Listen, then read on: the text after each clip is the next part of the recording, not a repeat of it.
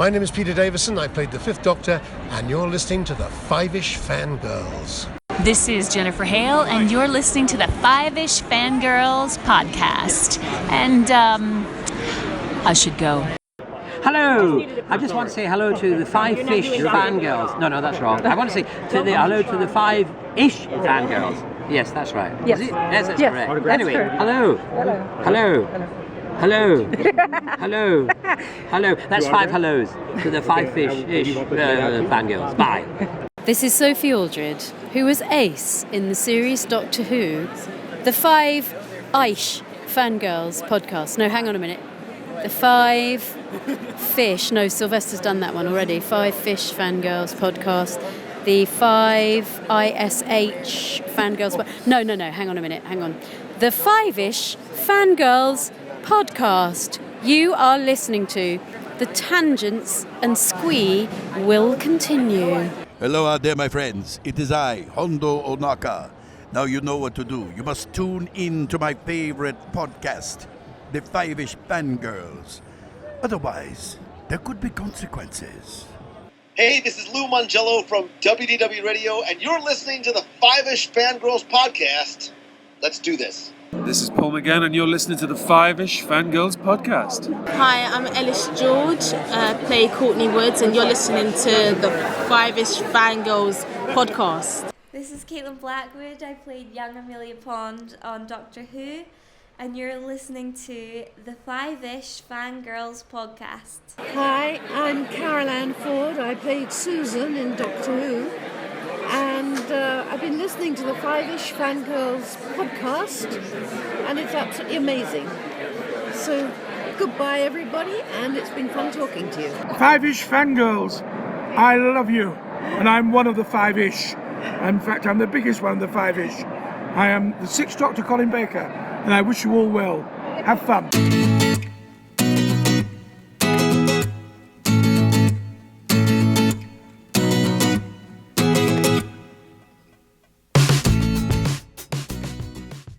The Tangents and Squee continue all the way to episode 400 of the Fiveish Fangirls podcast.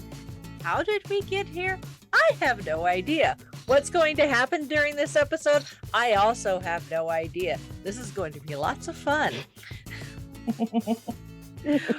Welcome everyone to this week's episode of the Fiveish Fangirls podcast. So glad you could join us. Let's start off like we did for the virtual table and see who joined us this week. This is Brittany W. This is Chrissy in Salt Lake City. This is Holly from Wisconsin. And this is Rachel in Indianapolis, Indiana. Hello everyone. Hey everybody. Off chance anyone is catching this live, we're live on Facebook, and I'm actually live on my Instagram, where I don't think anybody's watching either, but it looks really impressive on my side. I got a couple computers, I got my phone mounted, I got a little light going. Nice. It looks really good. Is anybody going to see it? I have no idea. So, but anyway, so yeah. 400 episodes, and we're flying by the seat of our pants on this. So, but it's really hard to decide how do you celebrate 400 and in a way that you haven't done before and that is interesting and it's 6 days before Christmas. 6 days before Christmas, everybody is up to their knees in holiday preparations or just conked out and not going to be conscious until after New Year's, so we're just like, we're just gonna gather and have some fun. Pretty much. Hey, so, that's better. Turn off my desk. We couldn't have a party without some party crashers, although they were invited, so it's really considered crashing. So joining us from across the pond where it's the middle of the night, but he's always on America time, is our friend DJ Nick. Hey, everybody. Hi, Yes. Nick. Hey, everybody. Thank you so much for having me on and making me like the official party crasher, I guess, at this point then, because I was kind of hoping I would just kind of like hop on saying, oh, I'm here. You know, you didn't invite me, but I'm here anyway. But here I am. He's in the room, but not officially part of the show, but Chauncey's Hey, right behind me, Chauncey. so. Hi, Chauncey. I guess if he really wanted to, he could watch it on the Facebook Live, which would be really weird with the time delay, but hey, whatever.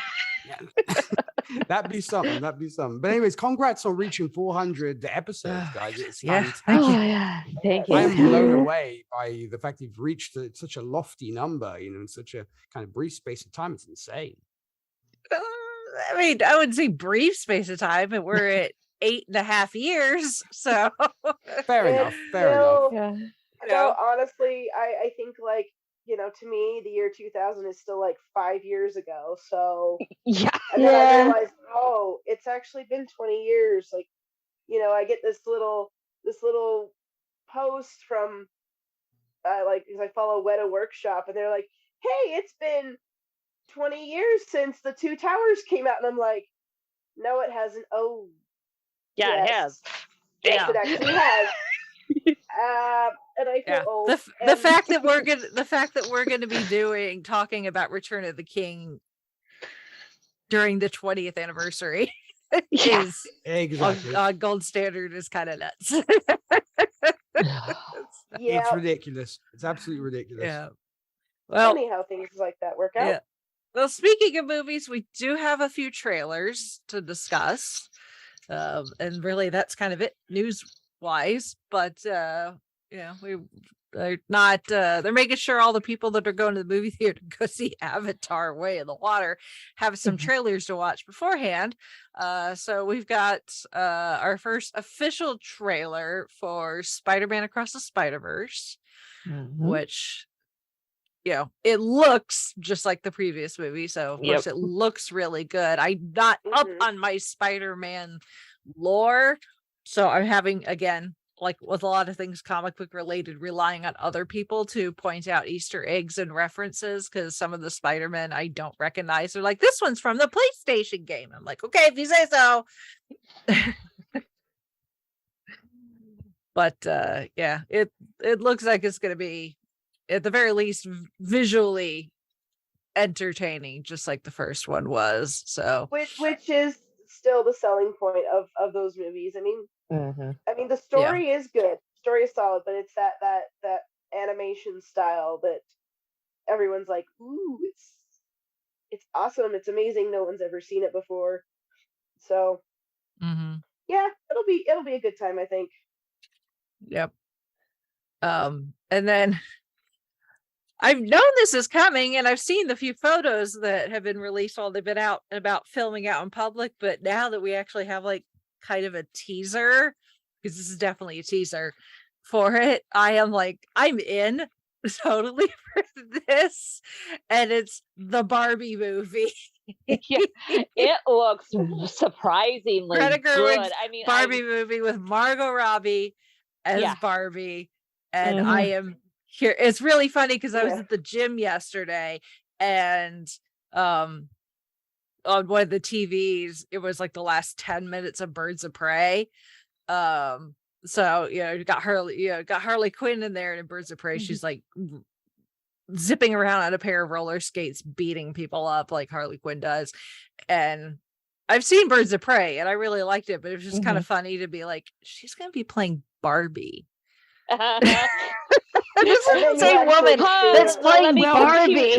Yeah, but can you imagine Ryan Gosling as Ken? I should add. Yeah. Well, yeah, he looks like a Ken doll. Yeah. I mean, before the trailer came out, I was seeing behind the scenes on set photos, being posted on Tumblr. I'm like, okay, this is a thing. And I was seeing the trailer, like, this looks like it could be pretty dang good, which is surprising. Like, I have no idea what the plot is. Yeah. Whatsoever. I don't care. Say, like, the Lego movie really didn't have a plot until like you get to the very end. So it might be in that kind of vein. But yeah, like I'm watching the trailer, and and there's there's the little girls playing with the baby dolls, and they're like, and then they make it sound like it's the worst thing ever, like all you had to play was baby dolls. I'm like, shut up! I like my baby want to walk. You shut your damn mouth. I was never a baby doll person. I had Barbies, so well, I had Barbies. They're too, speaking but, to me. Why not both? And then there's the giant Barbie, and then it's they pan up or pan back, and it's Margot Robbie. I mean, it took me a minute to realize who it was, and then she does this smile. I'm like, okay, yeah, she's a Barbie doll in the nicest possible way for this. So I am intrigued. I don't know that I will make it to the theater because just with my life the way it is, it has to be something really, really spectacular to get me to the movie theater. But I wouldn't mind checking it out on DVD or streaming when it is available. But then again, I kind of showed it to Lottie. Now she's gonna be 3. She was more excited about the baby dolls. Yeah. She's probably still a bit young. Yeah, I like this might be a bit young for you, but I just kind of wondered because Alex is very excited for the Mario movie, and it's like, well, maybe no. So, but yeah, but no, it should go see it if you're interested. It looks like it'll if nothing else, it will be a good topic of conversation. I mean, it's going to be a very weird year for movies next year if you think about it. Because you have the Barbie movie, you've got the Joker sequel, which will be a musical with Lady Gaga. You've got Winnie the Pooh, Blood and Honey. I mean, it's going to be a very weird year. Yeah. Weird. Oh my. Goodness. So yeah, that's really kind of it. Just a couple of trailers, and then of course keeping up with the housekeeping. We do have a new Patreon supported episode of Gold Standard and the Patreon feed. So this month we did The Terminator, because nothing says Christmas like Schwarzenegger with guns. Well, I guess it was that James Cameron connection with his blue cat people. I guess. I'm just glad that they requested that and not the first Avatar. So me too. No, you want the first Avatar? Just go watch Pocahontas and imagine they're blue. Yeah. That's it. For Dances with Wolves. Which I've also watched recently, so no thank you. I'll go watch Ferngully or something. There you go. There we go. I'll watch Ferngully. Yeah. But the one good thing about Avatar coming out is in some comment section on Facebook somewhere I called it Dances with Smurf Gully 2 Wet and Wild, and everybody thought that was the most hilarious thing. I'm like, I've been calling it Dances with Smurf Gully since it came out. I just added the sequel part because why not? Exactly. So, well, speaking of which, we do have some feedback. Hey, feedback. First up from Shalane. She says, let's start with the awards season nominations. I was right that Black Panther Wakanda Forever is going to be nominated, even though it was not nominated for Best Motion Picture at the Golden Globes. And I was right that Avatar The Way of the Water was going to be nominated. She's on it. Also for Best Animated Feature, I thought there wasn't going to be a Disney or Disney/Pixar film nominated after hearing Lightyear and Strange World flopped at the box office, but they are good movies. But I was wrong because Turning Red is the only Disney/Pixar movie nominated. Yep. Also, if you remember the movie Missing Link, won Best Animated Film at the Golden Globes, and that flopped at the box office. I guess she would know better than I did. I didn't see it, so I don't know. I'll take her word for it. A lot of animated movies are just getting put on streaming. I think I'm trying to remember. Maybe that was only. It feels like it was only a streaming one, but like they release it in a few certain theaters, so it can get nominated for awards. I don't know. Yeah, I've slept since then. Yeah, I don't know. Or maybe I've not slept since then. Animation with all the budget stuff with all the different studios, it's really taken it in the teeth, unfortunately. But yeah, it's pricey to put together, so we'll Mm-hmm. see how the future of animation goes in the next And few then, of years. course, most award shows don't like or nominate things that we like, so there's that little piece of the pie. Very much. Give us people's choice any day of the week. Yep. It's just I think she made this comment tying into the fact that we were talking about there's not a whole lot of like toys and stuff for Andor. It's just that with Disney's Strange World, they have released toys and books and stuff. So yeah, that makes sense. The animated stuff is always going to get toys and books. Yeah. I've seen a few copies of like just picture books come through my library of Strange Worlds, and that's how I knew. I was like, oh yeah, that was a thing, because I never saw any advertising, and I've heard like people mention it here and there, but then I was like, saw the books, I'm like, oh, that's what this is about. Okay, and then I just checked it in and filed it to get put away, but it was just kind of weird because I get a lot of just random, like, I mean, for when Netflix was doing all of their shows, it was like I'd get these books that are based on Netflix shows that I never heard of, but it was a Netflix show because on the cover there's a little sticker that says based on the hit Netflix show. It's like, this is a hit, okay. And then we put them with the books that go, because we have a section that's like favorite cartoon characters. So it kind of so kids can find them. They're separate from the other picture books. But a lot of this stuff I'd never heard of, and I got that feeling when I got the Strange Worlds book. I was like, this is Disney, this is animation. I should know about this. But this is the same as that random anthropomorphized truck show that's on Netflix that I got a gazillion, or this, I don't know what else. Or like the generic fairy thing that's supposed to be a knockoff of Tinkerbell on Netflix, and it was just it was weird to see something with Disney on it and Disney animation that I'm like, I have no idea what this is, purely because I mean, it's not like I'm not plugged in and I don't know, but and it's a little surprising for Disney because usually they're out promoting the heck out of their current content to get rear ends and seats, especially about this time of year, because kids are out of school, and this came out right before Thanksgiving, and they just absolutely nothing. They did. It's like they put all their effort into promoting Black Panther 2 and Avatar 2 and this, but it's like, okay, but those aren't necessarily for kids. It's not necessarily family stuff. Right. Usually there's at least one big animated or family movie around the holiday season, and this one was supposed to be it, and they just didn't care. Was Lightyear heavily promoted at all over there? I saw a lot of ads for it. I saw a lot of I mean, like, again, the books come into the library and we get them. I feel like I saw a lot of YouTube ads. Like, my son watches a lot of YouTube. I feel like I saw a lot of clips for that.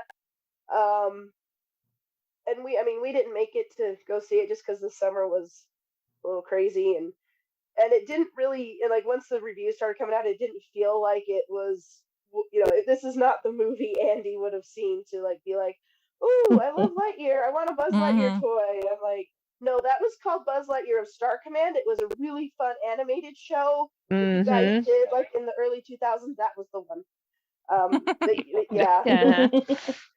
But it was promoted a fair amount, a lot more than Strange Worlds was, though, definitely. I think that was the one that was promoted the most of the recent ones anyway, because over here, whenever I went to see a certain movie in the theaters, that was the trailer that we got when it came to Disney. When we did get the Strange Worlds trailer when I went to see, I think it was Black Panther 2, I believe it was.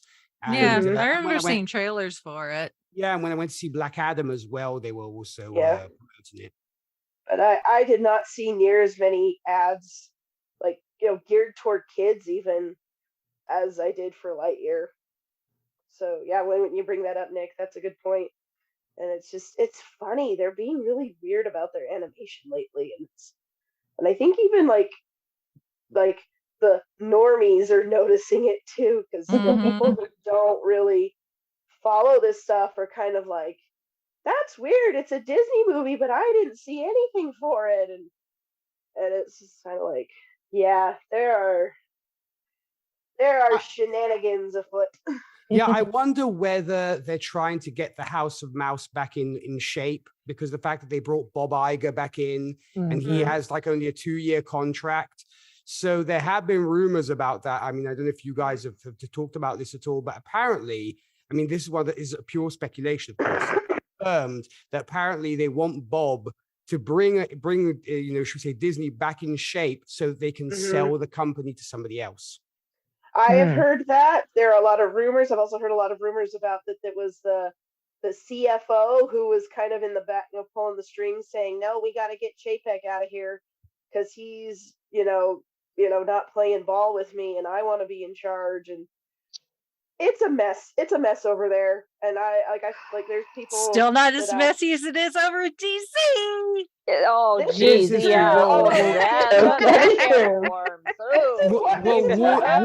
Warner has literally gone on the purge at this point. That's what they're doing. I mean, because now they've got Gunn on board with his buddy. They're basically getting rid of everything. They're literally cleaning house completely because I guess they want to create the Gunverse, and so they're going to start from there and stuff. DC, Warner Brothers, they were hemorrhaging money before, and they like their problems were very public. Like when they pushed through, we need to get a Justice League like right away. Because Avengers was such a big deal. It's like, why can't we have Justice League? We need it right now. Go, go, go, go, go.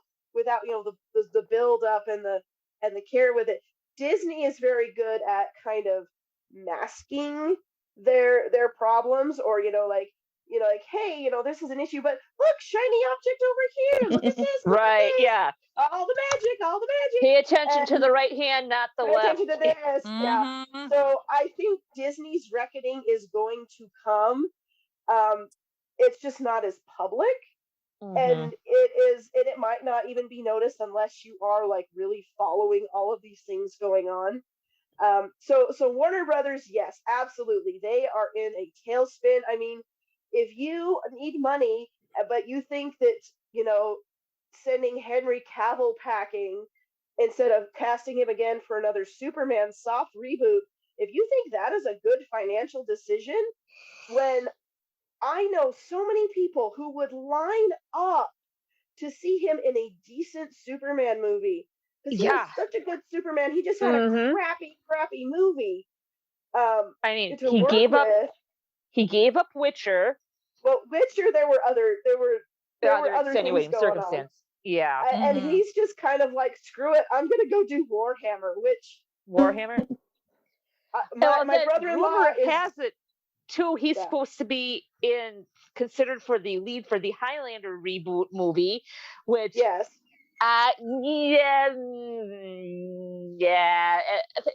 a fan of the very first one, it's just like, okay, need good script, need a little more premise. I don't want to have a Highlander 2 where we have to do a renegade version to clear everything up, and we aren't even going to speak about movie 3. Hey, Jared. Jared came in. He heard me talking about Warhammer and Henry Cavill. So he was like, I don't think you can hear him because I've got my earbuds. But he was like, "Oh, you're doing video, yes." So yeah, Henry Cavill is like, everybody loves him. And I know like the people of The Witcher are like trying to say, well, he did this and he did that and he is no good. It was just like, yeah, pull the other one, Enid. He didn't want to do nude scenes, and he wanted to stick to the books. He didn't want to do nude scenes, and he wanted to stick to the books, and that's what they're complaining about. Like, oh, he's not very professional. This is kind of like, yeah, you're full of crap. We're gonna follow him. We're gonna follow our God Emperor Henry to the ends of the earth. The God Emperor protects. And if you know Warhammer, which I kind of do because my brother-in-law and my husband are into it, and I just kind of glean it, then you know that's a big deal. So. Anyway, WB kind of screwed the pooch because they sent Henry Cavill packing, and they're going to go forward with the Ezra Miller Flash movie, and that's going to be a cluster. And so, and Ezra Miller I- has so many issues. Who would want to touch him with a 10-foot pole right now? I mean, people will probably watch it just to be like, just to see the train wreck. Mhm. But I'm like, I have no interest. Yet they I have don't a wanna- perfectly good, completed Batgirl movie. which must have been really, really awful. But I don't know. Like every time they make a decision, But it's and I'm like, finished. Okay, I know. Yeah. Every time WB makes a decision, I'm like, okay, I can see maybe. And then they make another boneheaded decision. I'm like, no, I do not see that at all. I don't know what you guys are doing other than maybe gutting the whole thing. It's kind of like when you have a house that's falling apart, but like maybe the structure is sound. You just have to gut the whole thing and start over, or sell it to somebody else to do something with it, with the bones of it. I kind of wonder if that's what's going on. Is there just, and it's just like sell. And Well, I mean, honestly, what they're doing with the Flash movie is apparently that's going to be the reset button. Because basically what they're going to do is they're going to go with the comic story Flashpoint when it comes to the Flash movie. And so that's going to basically reset the universe. And so that will be, should we say, the spark that lights the fire of the Gunverse. So that's why they're keeping the Flash for that reason. I mean, they also canceled the third Wonder Woman movie, which I'm kind of glad about, seeing as the sequel was awful. So, I mean, I hope that Gal Gadot will return, but I don't know. I've been hearing scuttlebutt that they're jettisoning her too, which makes the Henry Cavill thing even worse, because it's like people like these actors in these roles. So I don't know. We'll have to see if the Gunverse actually pans out, because this kind of feels like this is our last ditch effort to make DC do something. It's like, how do you screw up Superman and Batman and Wonder Woman? How, like, these are some of the most popular and well-known superheroes, where Marvel is like done great things by scraping the bottom of the barrel, like with Iron Man and Thor and all these guys. Yet you can't do a decent Superman movie. Like, what are you doing? Like, how do you screw up Superman? How?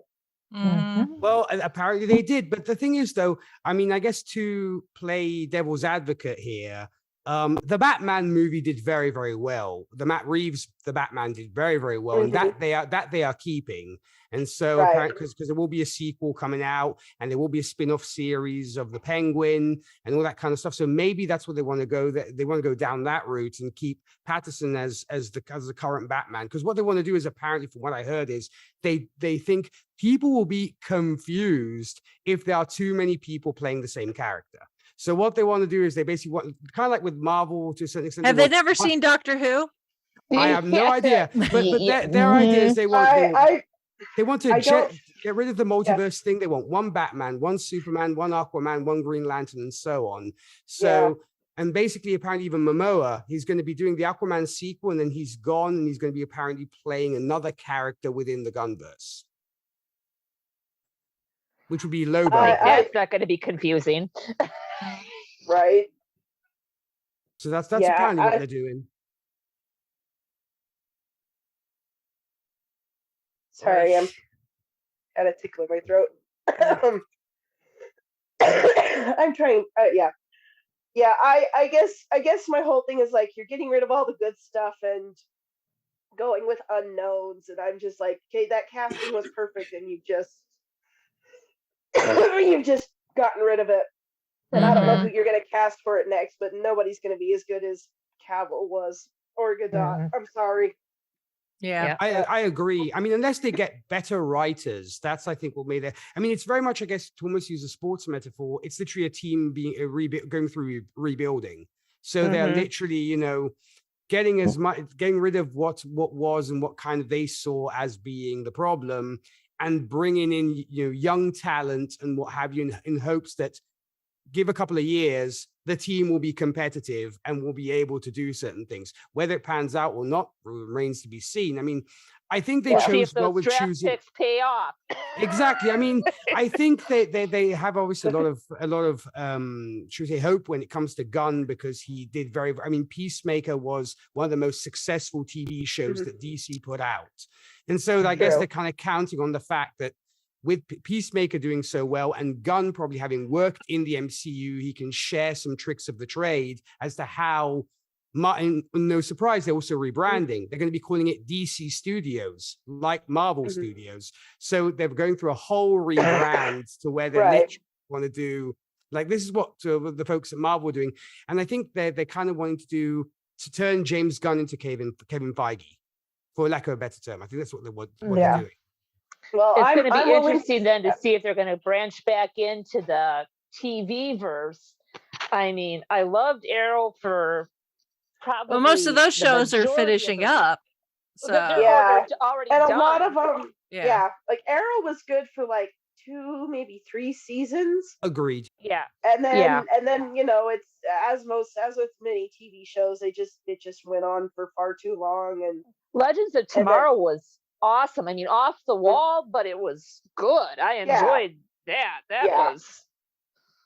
I don't know. I'm like, there's a lot of upheaval and a lot of decisions being made. I mean, that have to be made based on budgets and things like that. And because they've just you know, written themselves into a corner, basically. Not written, but just the decisions they've made to this point have not gone the way they wanted to. And you know, you can only take so many flops and bad choices and things like that. You know, I mean, for a long time, DC has been kind of a joke. And again, it's like you have these superheroes that are, you know, the most recognizable, the most popular, you know, for decades and decades. And like, how can you not, you know, I mean, yeah, the Batman and Joker did well, but it's still like, it's not enough. And so I don't know. It'll be interesting to see. Sometimes DC makes decisions that I'm like, oh yes, that was smart. I mean, it's hard, but it's a smart decision to make. And then there's decisions that are just like, are you high or something? Yeah, it's true. I think maybe they want to. I think that the reason why they failed, you know, to your point, Chrissy, when you have, it's like it should be a slam dunk when you have 3 characters like Batman, Superman, and Wonder Woman. I think that also one of the main problems was also that they had people on board who were not comic book fans. It was more corporate. It was more corporate than anything else. Whereas the MCU, you know, for the most part, they've been successful in almost everything they've done. I mean, there are some movies which are lower quality compared to other ones. I mean, not every single one is a 10. But I think what makes those work is you have people on board who understand how superheroes work and how comics work and what have you. Yeah. Because Kevin Feige gets comics. He is a comic book fan. And that's why I think they got Gunn for that, because he is a comic book fan. And they don't want this deconstructionism of, ooh, superheroes, you know, Superman, he's the big blue Boy Scout. Well, let's make him all, you know, grim, dark, and ooh, what if he turned evil, or what if this? And I was like, no. Give me Superman changing in a phone booth.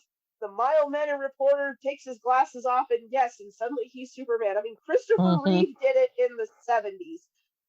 Why can't you figure this out? It's like, I don't care if it's corny or hokey. That's a superhero. That's what I want. I don't need you to, sorry. I don't need you to like, ooh, we gotta make him edgy and for a modern audience. I'm like, screw your modern audience. Give me the big blue Boy Scout. Yeah. Sorry, I'm a big Superman fan, and I've missed that. I love it, but I've missed it because they just don't know how to do it. And you're right, Nick, they don't understand.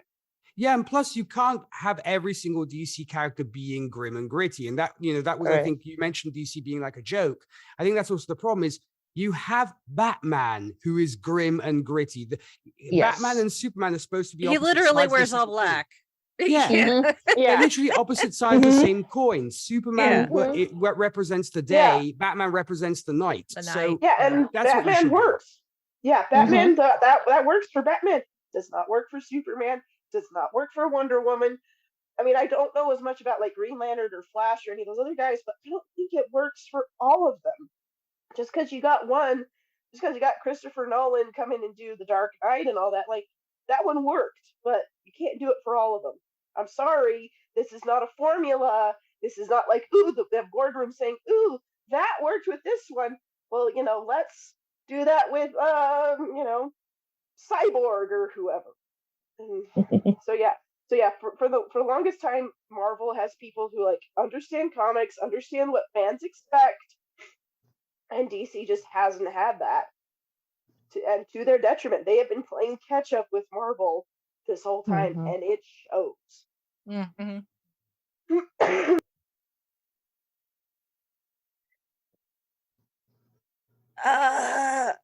Back to that was a tangent. We still have more. We still have more feedback from Shalane to go through, so which will probably send us on to that. This is what Shalane does, though. She does it very well. She gives us talking points. Sorry, Shalane. That kind of took us on a tangent, and I've been following this.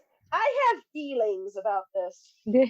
About this topic. This is what we do. Tangents. Yes. It's in the tagline. It's in our blood. So. Yep. Make that a t-shirt. I should write that down. Anyway, it's been a minute. Back to Shalane's feedback. She said, also, I was right that Elvis was going to be nominated. I forgot to mention that when I was a guest on Gold Standard's Patreon for Funny Gold. That would be last month's Patreon episode. So I also have one movie I want to nominate for an award, even though it is not out. I Want to Dance with Somebody, that movie about Whitney Houston. Biopics tend to do that. Yeah. They do, yes. It looks like an interesting movie. I mean, I like the trailer. The trailer looked interesting for the Whitney Houston biopic. She definitely has a compelling life story, so. Oh, yes. Yeah. Indeed, it should be interesting. So almost made for a movie in some ways. Hopefully it centers more on Whitney and not her manager like Elvis, but that's another story. Yeah. Oh yeah. Elvis. I didn't see the movie. I kind of want to because Baz Luhrmann. I have this weird fascination with his movies just because it's just like it's so crazy. But yeah, the Elvis movie. It just kind of seems like one of those that's like.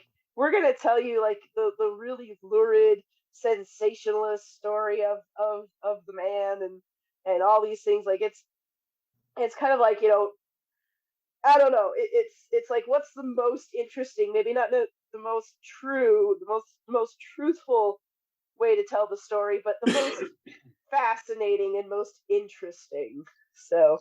I really want to watch that one. I just haven't gotten around to it. The thing is with Elvis, though, it's like, is there really anything that anyone could tell us that if you're, a halfway decent Elvis fan that you wouldn't be able to figure out on your own? Because even when he was alive, and I'm sure after he died, all sorts of people came out of the woodwork being like, I can tell you stories about Elvis.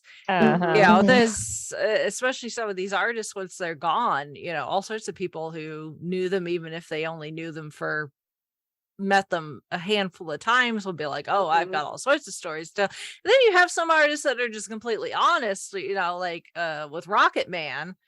It's a very stylized telling of Elton John's life, but it is true. And it is it's wild and wacky, but Elton has never been shy about being like, I did some really weird and wacky shit back in my day, especially when I was on a lot of drugs and alcohol. It was the 70s. Everyone was on drugs and alcohol. Exactly. Yeah. Also to your point though, Rachel, and that's why this particular Elvis movie, it's okay, but like you said, there are way better Elvis biopics, and it's kind of false advertising because it's focuses more on the Colonel than it does Elvis. Yeah.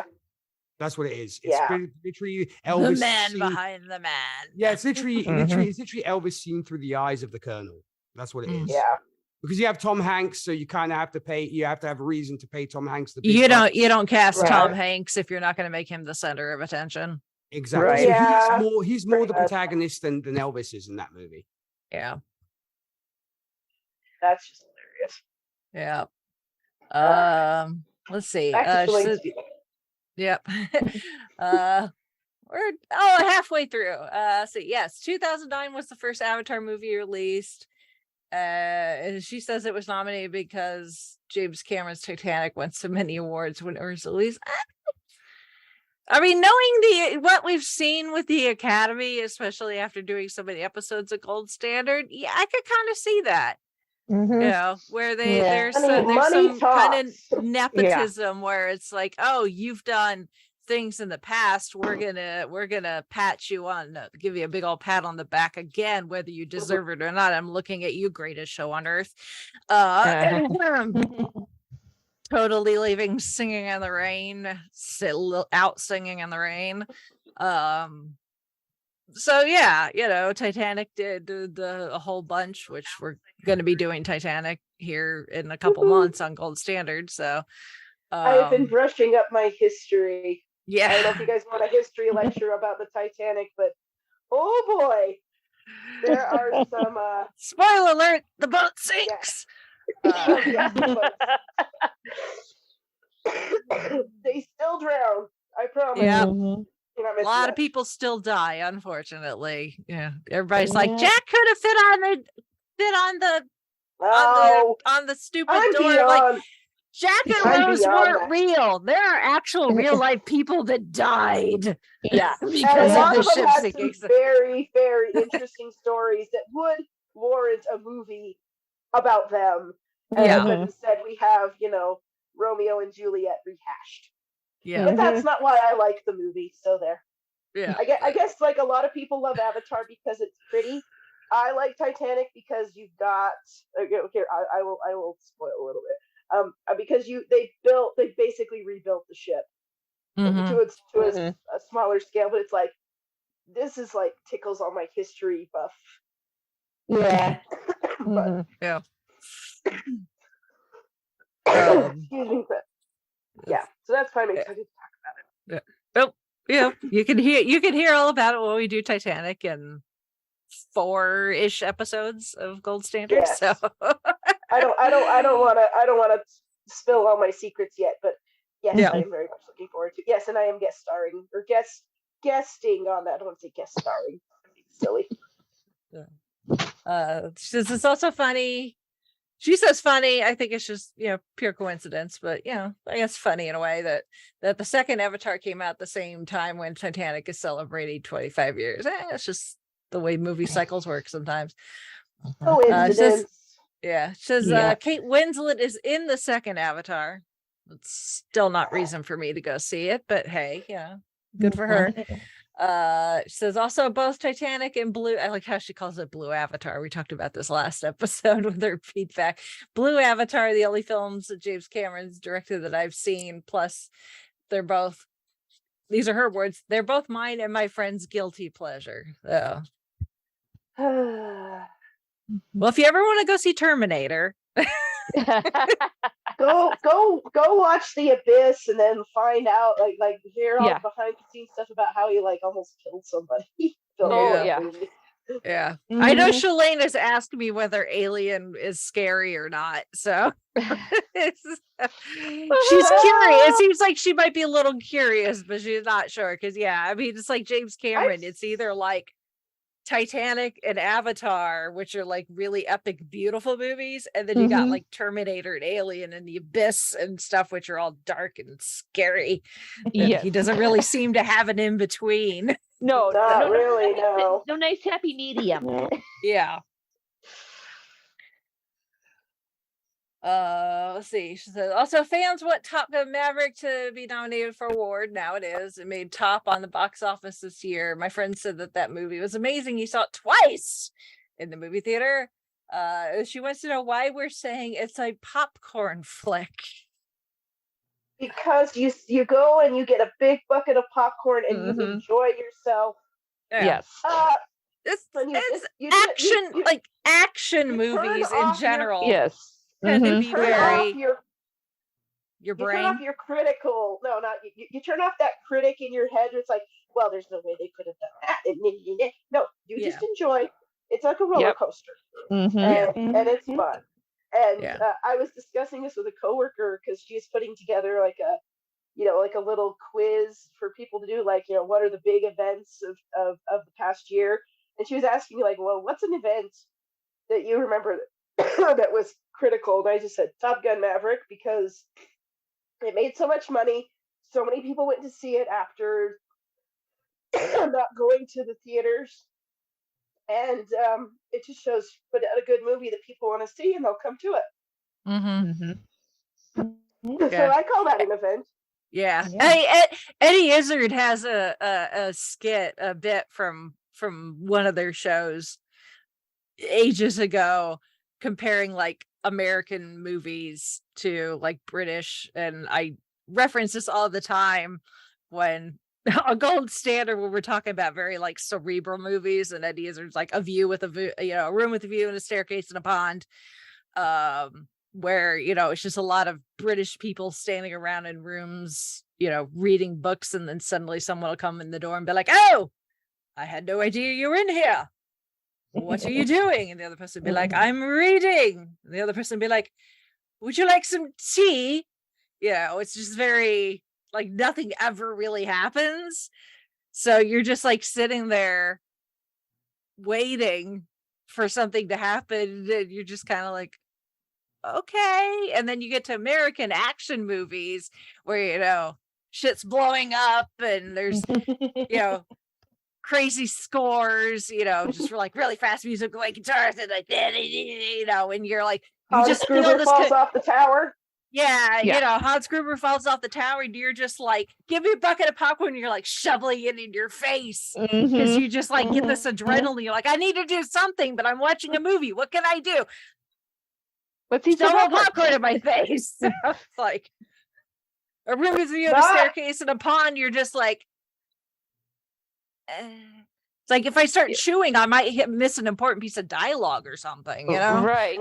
Not everything. Not everything has to be poignant and life changing, and make you think. Sometimes you just want to see shit blow up. Exactly. Sometimes you want Top Gun Maverick, or Die Hard.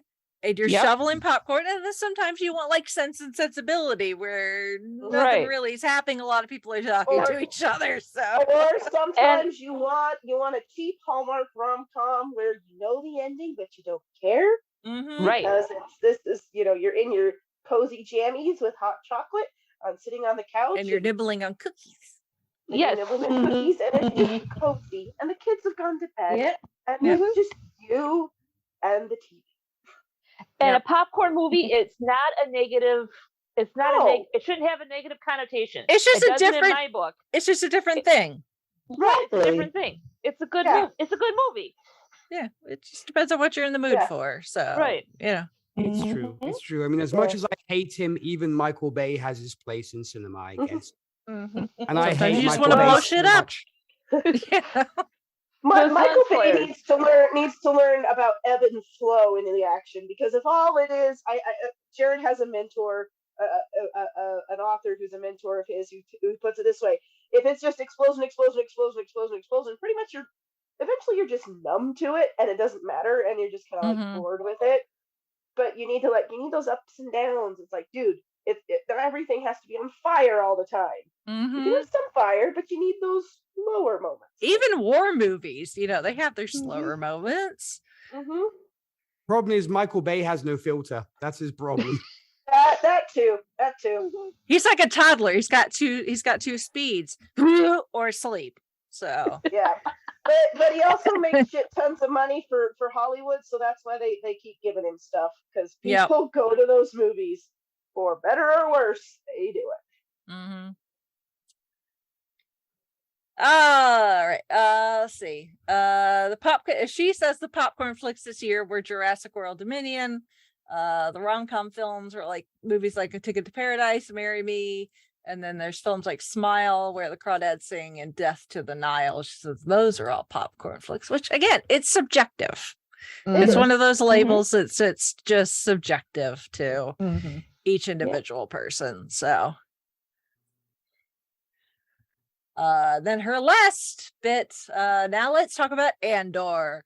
I enjoyed it and thought it was really good. The series or Obi-Wan, Rogue One, Han Solo movie all take place between Revenge of the Sith and A New Hope, along with the animated series Star Wars Rebels. So yeah, there's a lot of content that takes place in that time period within the Star Wars universe. Which is one of the points we were making when talking about Andor, is there's a lot going on from the point that Palpatine becomes Emperor Palpatine and Anakin becomes Darth Vader. Between that it's a really and big galaxy, the Battle of Yavin, where a lot is going on, and we don't need to be like, oh look, Darth Vader is doing his monthly reports, or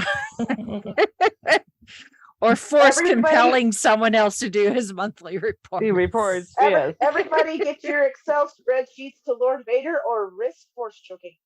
Exactly. Exactly. Yes. Make sure they are formatted properly. Yeah.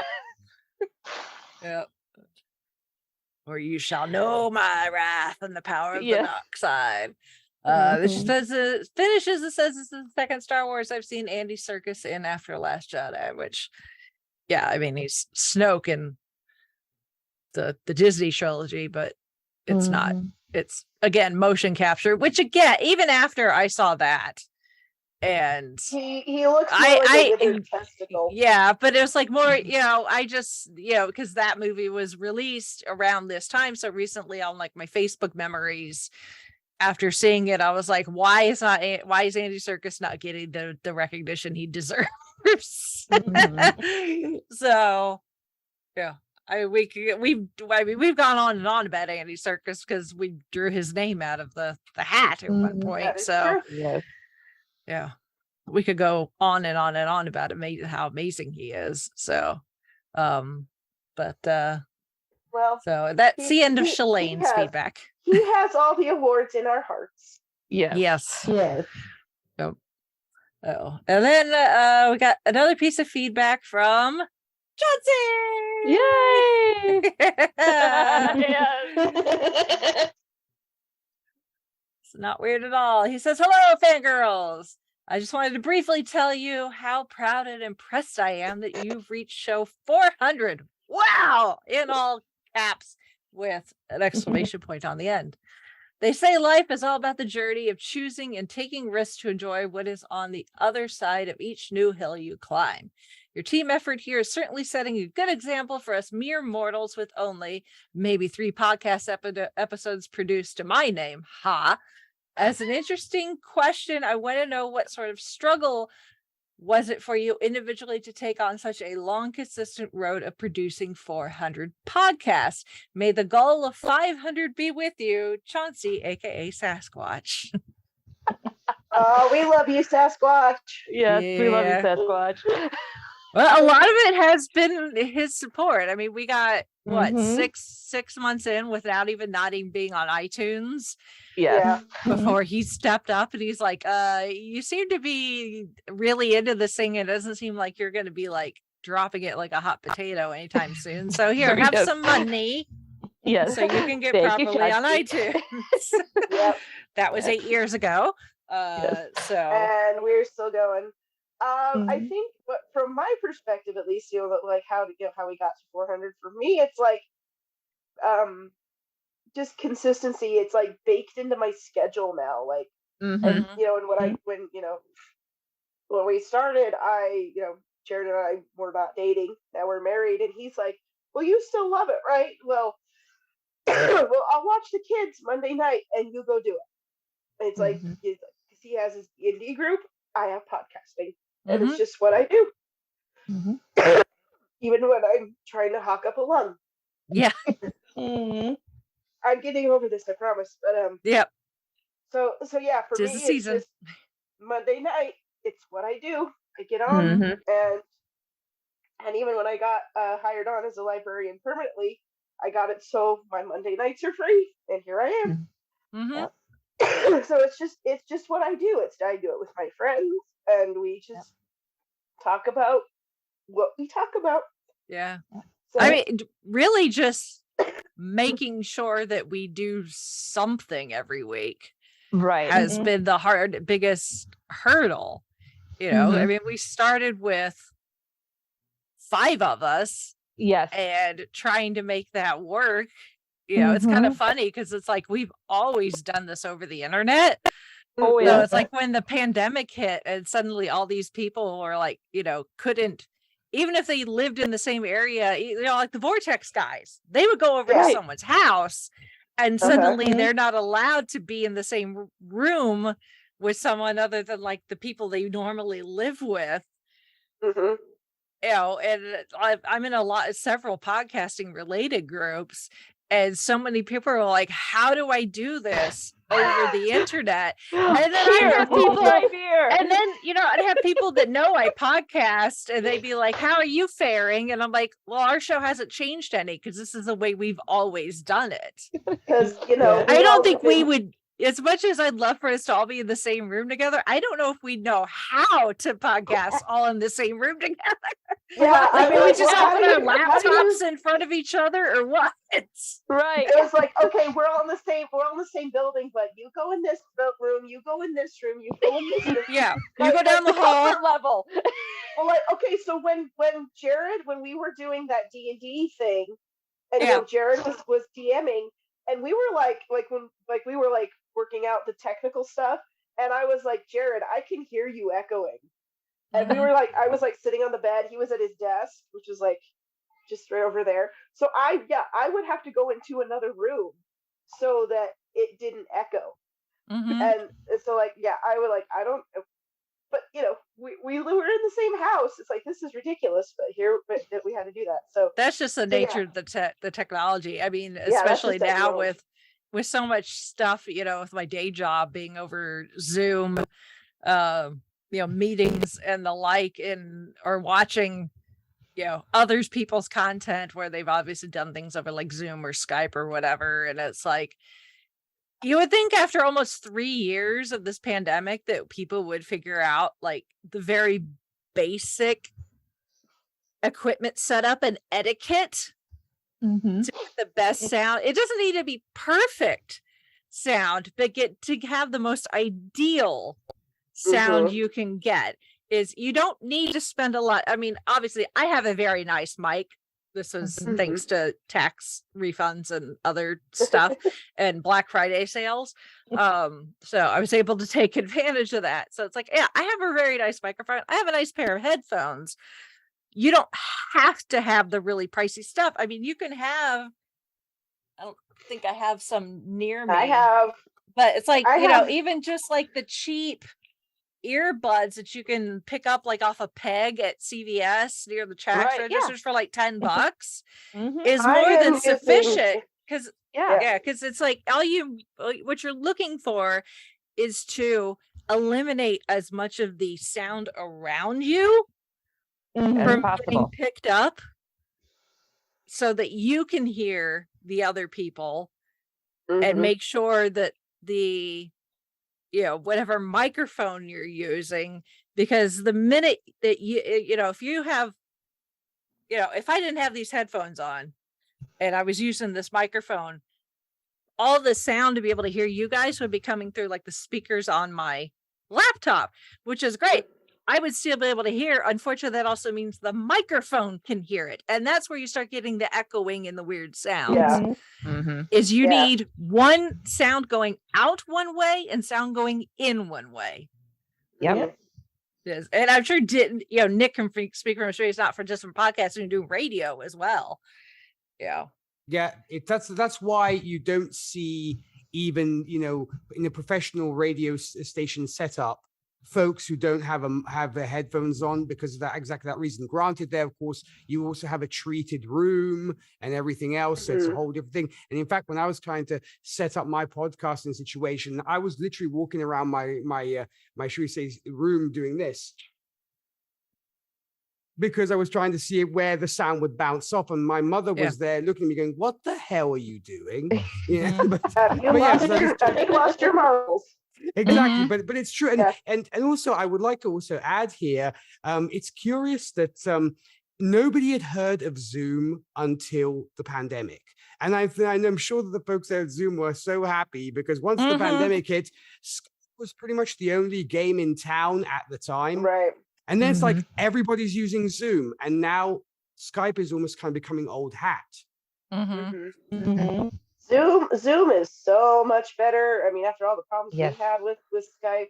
But yeah, Oh, you're yeah. right. Like, I never heard of Zoom until all the kids had to stay home from school. I'm like, what the hell is Zoom? Like, Yeah. oh, That's exactly it. But yeah. Yeah, but to Isn't your that point the about Yellow equipment, album? That's the only thing that Yeah, came to my for- mind.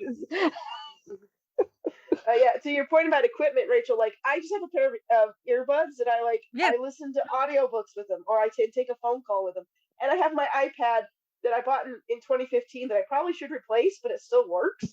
And it's just fine. I mean, the only reason I'm not using my laptop is because it's running an operating system that is about to be obsolete. So I'm just like, well, can't use that anymore. But yeah, I mean, that's all you really need is one way in, one way out. And that gets you 99% of what you need to have halfway decent audio. Everything else that you can add to it, upgrade your headphones, your microphone, whatever, is just gravy on top. And unfortunately, there are some things that are out of your control, like your internet connection, because here, at least in the US, you only have so many options for internet. We have monopolies in this country as far as internet providers.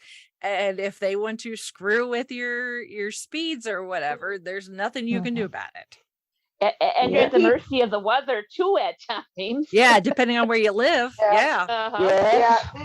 They keep telling us Salt Lake is supposed to be getting Google Fiber. I haven't seen it. Yeah.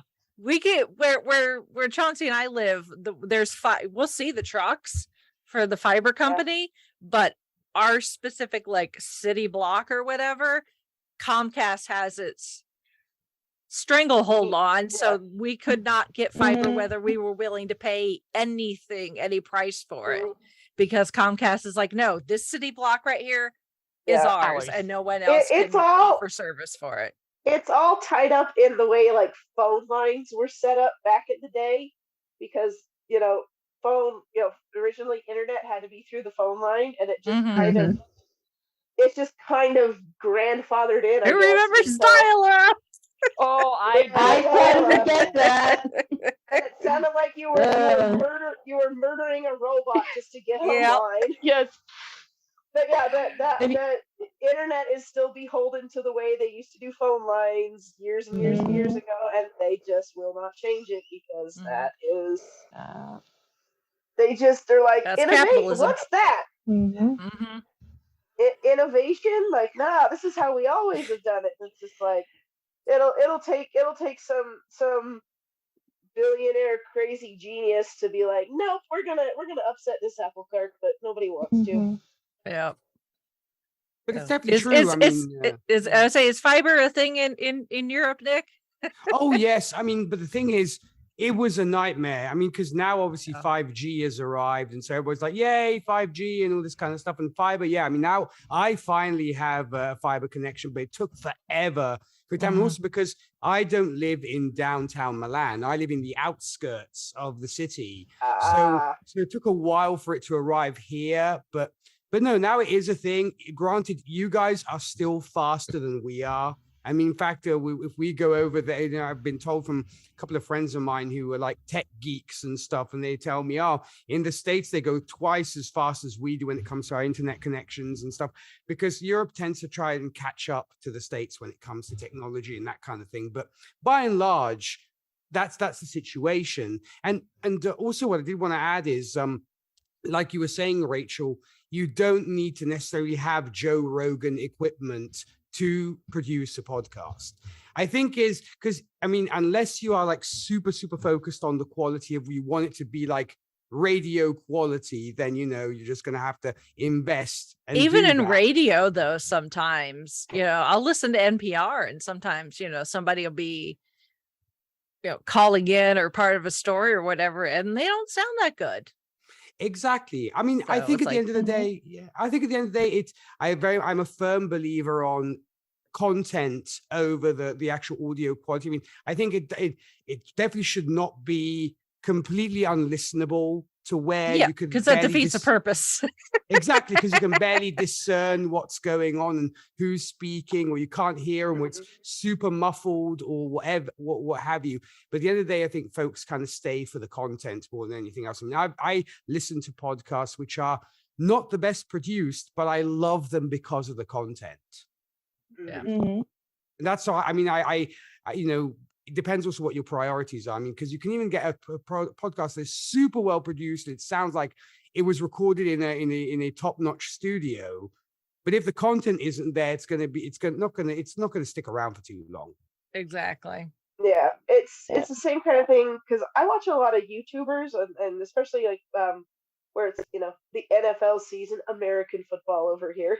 I watch a lot of football YouTubers, and there's one guy that I watch, like, he does these sketches or these skits where he like plays all the characters, and like, you know, each character represents a fan of the different teams, and they like kind of talk about like how their teams are doing and all that stuff. And he like plays all the characters, and it's edited in such a way you can tell he's doing it in his house and like around his house. So he doesn't have like all the fancy sets or anything, but because it's otherwise well produced and the story's fun and it's you know, compelling and interesting, I watch it. It's like it's almost like my usual TV shows where you used to watch. Like, I gotta watch this on, you know, Tuesday when it comes out, because I gotta see what happens next with all his characters, and it's because it's good and it's compelling and it's fun.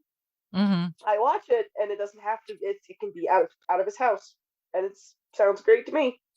Yeah.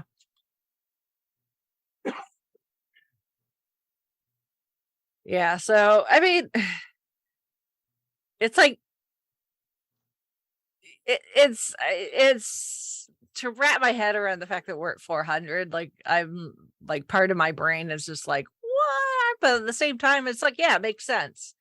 You know, because we've been doing this thing, and it has just kind of become just a natural part of my existence. You know, we were chit-chatting after we finished you know, Gold Standard yesterday, after we finished recording the Patreon episode, and you know, Nick and Zan and I were talking about, you know, that we're 65 episodes in, at least as far as the main line is concerned. We're kind of like Big Finish in that way. And, you know, both Zan and I were just like, yeah, you know, it's just it's become such a regular thing. And, you know, for me, even before the pandemic, but definitely during, you know, when the pandemic first started, having this regular thing to be able to turn to helped me with my sanity, and it still does. You guys help keep me sane.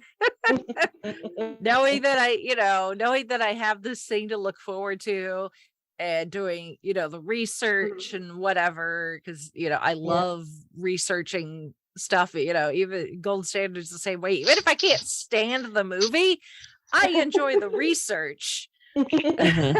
So You find out some really interesting stuff. Yeah.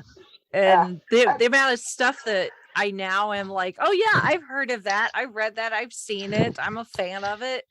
Yeah, when we started, it was like Doctor Who and Disney and Marvel, which was not nearly to the extent it was now, although we were getting there. You know, and then I hipped you onto a few things that you could. And we had we had a little bit of Star Wars, and now it's just like, you know, I've, you know, the librarians, and you know, doing way more Big Finish, and all the, you know, because of Disney Plus, being able to watch these movies that I was like, oh, I'll get around to it eventually. I think like the Dark Cauldron and the Goofy movie that I had just not got around to seeing yet. Well, that was part of the pandemic, because like we didn't have anything new, so it's like, well, let's, you know, what's on Disney Plus that we want to watch and review? Like, oh, let's review a Goofy movie, or, you know, all this other stuff, which was kind of fun. I thought it was like, because it was like a reason. because when the pandemic started, and like, oh, we got to stay home. It's like all you're gonna do is just watch stuff, like watch shows. And it's like, well, yeah, that's fine, but it didn't really seem like there was a purpose in it, or there wasn't. It was just an end to like, oh, we're just killing time. Like, but with the podcast, it's like I got to watch this and talk about it for the podcast because the other girls were gonna be talking about it, and I need to have it watched. And I'm like, I think about, throughout my life, like the different groups of people that I've associated with, like friends, roommates, even, family members to a degree. Like those relationships have kind of come and go, or come and gone. Like maybe I'm not so close to certain people. And not because I like, oh, I can't stand you anymore, or we had a fight. It's just life. That's life. But like this group here, we've kind of just stuck with it, which is kind of incredible. And I look at them like, wow, like we haven't like gotten sick of each other, or had some big fight, or drifted away as we some agree to disagree. We've seen everybody through a whole bunch of ups and downs. I mean, support, being able to vent how many times has Brittany moved since we started? Right? Exactly. Yes. I mean, it was almost like I gotta update my address book every so often. Like, here's Brittany's new address. And it's not like, I moved down the street. It's like from New Mexico to New Jersey to Florida to which is fine, which is absolutely just fine, because life happens. And that's the biggest thing, and that's partially why we're the Five-ish Fangirls. Yeah, it's a nod to Doctor Who. I actually had somebody, because I was wearing one of our shirts at GalaxyCon, and I was just walking down one of the aisles on the vendor floor, and somebody's like, "Is that a Five-ish Doctors?" Because they recognize it as the reference, the Doctor Who reference, and I'm like, well, that's partially where the name came from.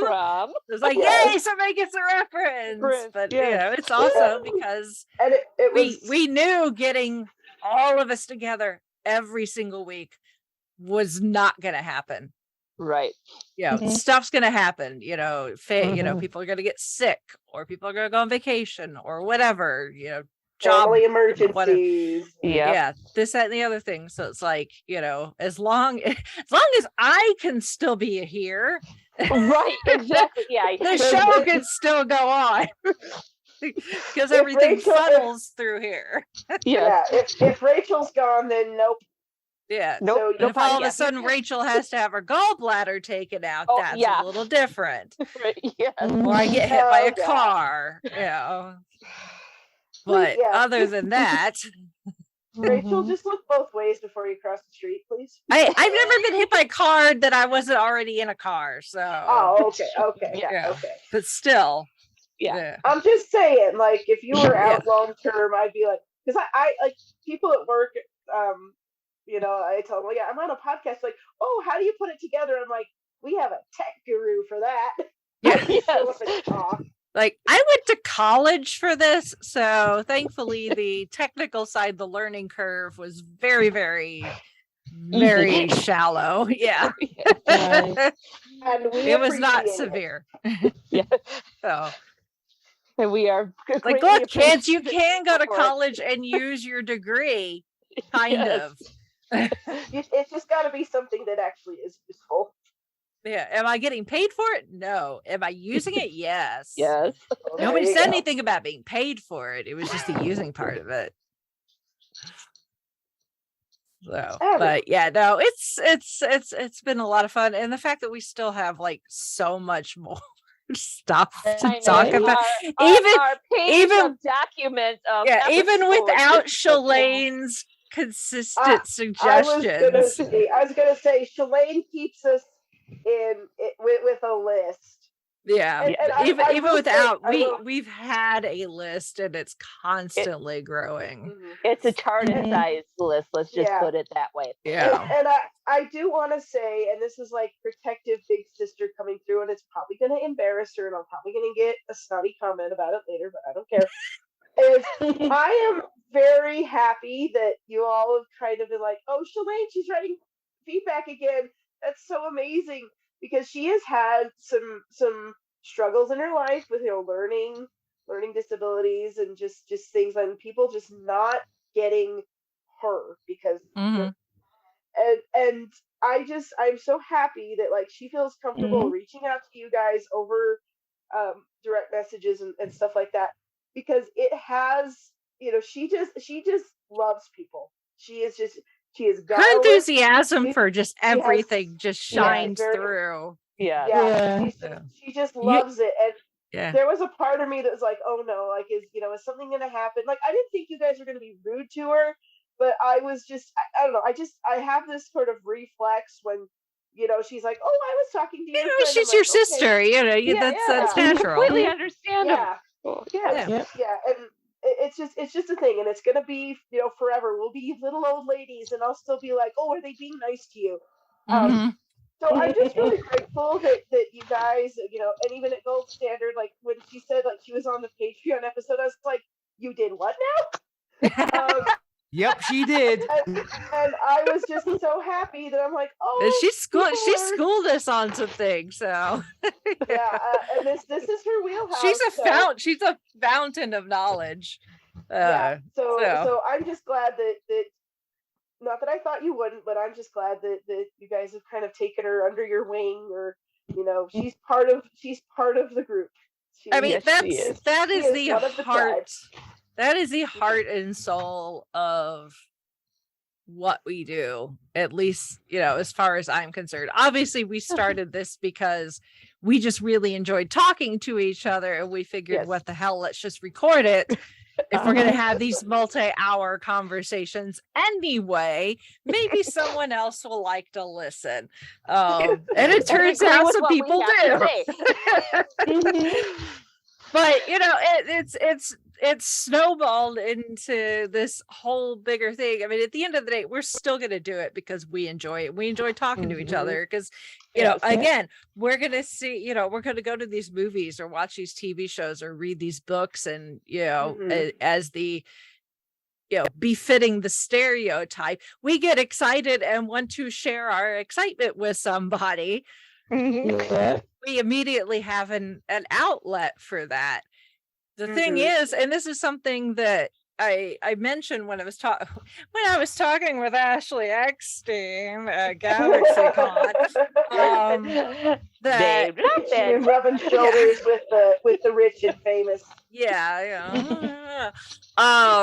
That, and this is something that I've brought up in other conversations too, is, I've always been a nerd, geek, whatever label you want to use. I grew up with Disney, like a lot of people of our age brackets did. We grew up, the Disney Renaissance was perfect timing for our formative children's years. But then, like, aside from that, like the Power Rangers was kind of like my first real fandom where I was like, I love this thing. I wish I was part of this universe. I'm running around the backyard thinking I can do all the jumps and flips, and I can barely jump a foot off the ground because I'm 10. So it's like I may have been more bendy then, but I was not trained in gymnastics or martial arts. I just thought I could do that stuff in my head. So like Power Rangers is like my first fandom equivalent to like now. And then, I've always had a few things where, especially in high school, and I talked about this when we did our Weird Al episode. Like Weird Al was my thing. I mean, he still is, obviously.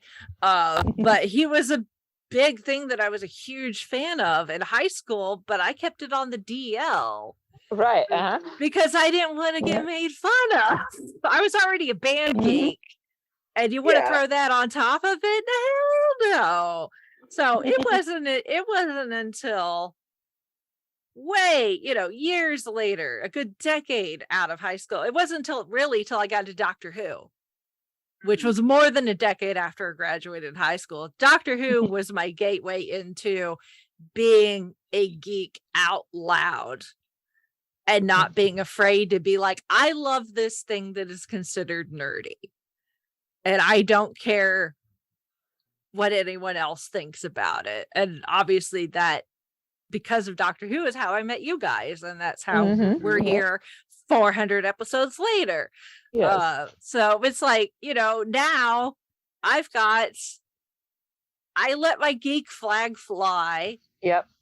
Whenever, wherever. I've got geeky tattoos. I mean, you can't see all of them, but unless I'm wearing certain clothing, you can see more of them in the summertime if I'm at the pool. Nothing not safe for work, just I've got geeky tattoos, I wear geeky jewelry. I've got a dresser drawer that's pretty much full of just graphic tees that I have. I have so many, I had to start sorting them instead of by color, by fandom. Same. Because I'm like, instead of what color shirt do I want to wear? Let's see. Do I want to wear Doctor Who? Do I want to wear Metallica? Do I want to wear Corgi t-shirt? In some cases, there's crossovers. I have a Metallica Corgi t-shirt. Yes, so it's like, my current bag that I'm carrying is a Loungefly. It's the Loki TVA bag. Oh, nice. Oh, nice. So it's like, I've got geeky stickers on my car. My car is named Phil, after Phil Coulson. Okay, so it's like it's thankfully mainstream has gotten to the point where it is more okay to be a geek. We are not the same people that were getting shoved into lockers, or getting swirlies by the school jock.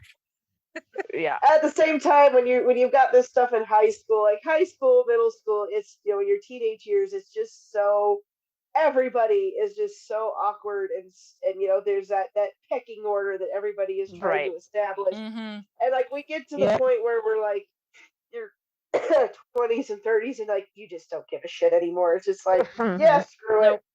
Yeah. Nope. Well, it's like, I like Sailor Moon. I like the anime, and I don't care. I was like, I've got it. Let's see, hanging up on my bedroom wall, right next to Link and Zelda. There, it's on my water bottle, along with Animal Crossing. I'm trying to see if you can see. I mean, and I work in a It's school. like, who cares anymore? And I work in a school, and one of my lanyards that I have has the Doctor Who, the TARDIS. And I've had a couple kids come up, they've recognized that, and it's just like, hey, oh, you like this?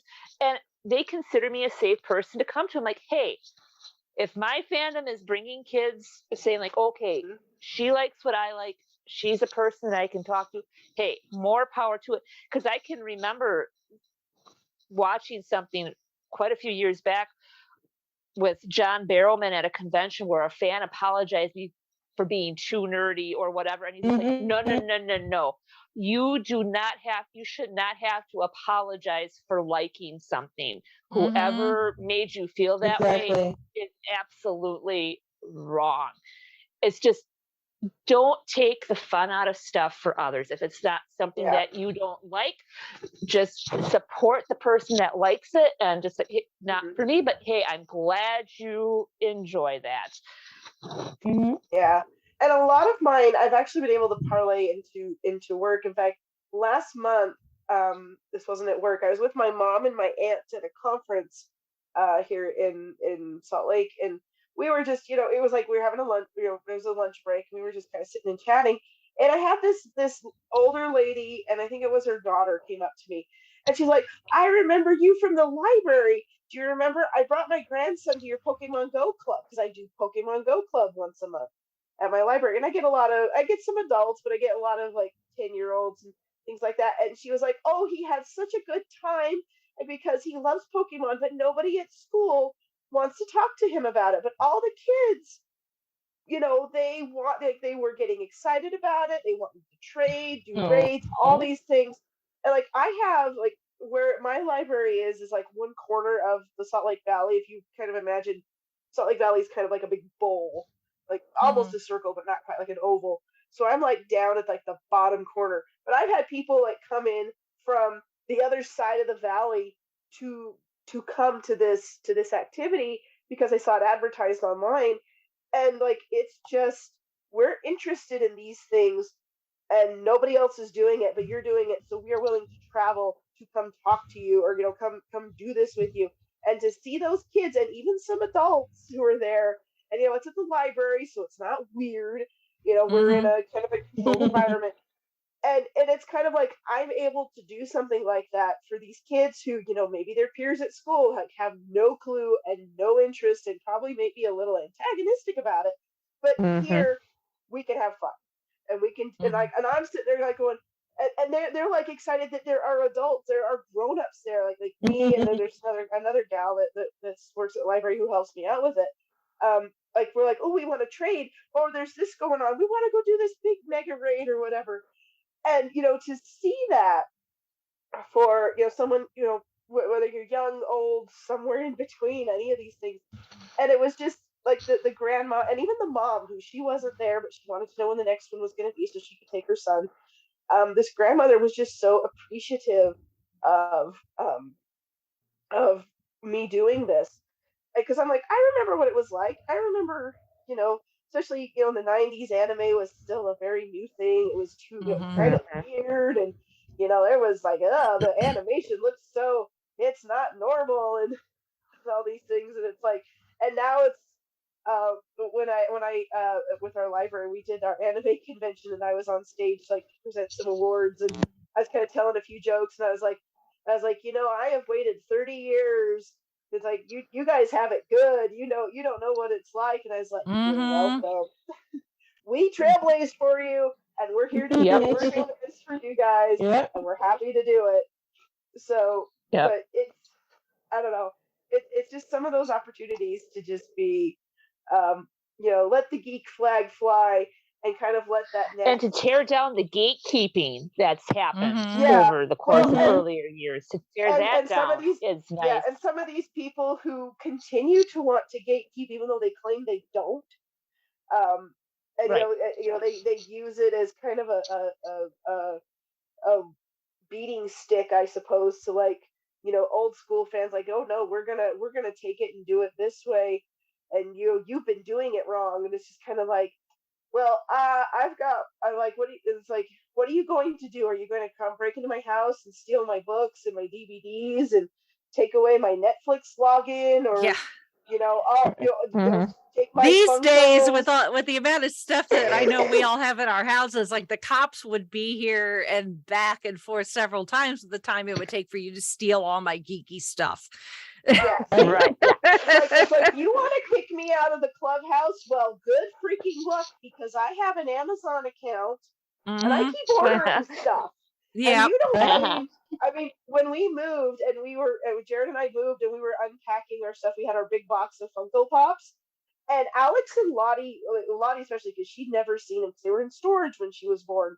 They thought it was Disneyland. Holy cow! They were like, "What do you want to play with them?" And I was like, okay, we got to put them up high, because some of them have some little fiddly bits on them. But they were just so, it's like, we have so many dang Funko Pops. We've got bookcases just full of stuff. We've got stuff still stored in the garage. We've got, we've had to expand to 2 cosplay tote boxes with all of our cosplay stuff. I'm probably going to end up having to get a 3rd one. I mean, we were going through all the posters and fan art that we bought at FanX a couple of months ago. We've put some of it up, but some of it still isn't up yet. And I'm just like, okay, you want to kick me out of the clubhouse? I don't think you can. I'm going to make my own clubhouse. Thank you very much. I'm going to take my ball, and I'm going to build my little clubhouse over here, and you can't tell me I can't. So screw you, F off, and take a long walk off a short pier. I don't want to hear from you or see you again if this is how you're going to act. So I just, all these people who are like, well, you can't be in our group because X, Y, and Z. And I'm just kind of like, well, I don't want to be part of your group because you're kind of a dick. So piss off. Pardon the language, but some people deserve it. Yep. Exactly. And that's a good chunk of why I want to keep doing what we're doing. Is like, as much as I'm as excited as I am about whatever, the latest and greatest thing is I want, hopefully, for are maybe younger, or maybe they are the same age and they're just they're still dipping too their toe shy. Yeah, they're too shy or too scared to realize that, that it's like, it's okay. You can let your fangirl flag fly, and you're fine. Like, look at us. It's like we're all healthy adult women. We've got jobs. Some of us are married. One of you has is a parent. It's like, we're not, I mean, yeah, we're weird, but we're not like we're not like the the dredges of society just because we happen to like geeky things. There are, it's like, there's like, people have been told certain things about the geek culture, and this goes back years and years. I mean, going back to like Stranger Things, the last season Stranger Things, when they talk about the satanic panic, and all of that crap. It's like, this is not a new thing. It's just it's like the narrative changes, the details of the narrative change, but the message is the same. By and large, is like, oh, you can't be friends with them because they like this, they like this thing, and that's just weird and bizarre and stuff. And when you're a teenager, that's like, oh no. And then sometimes you kind of internalize that as you get older.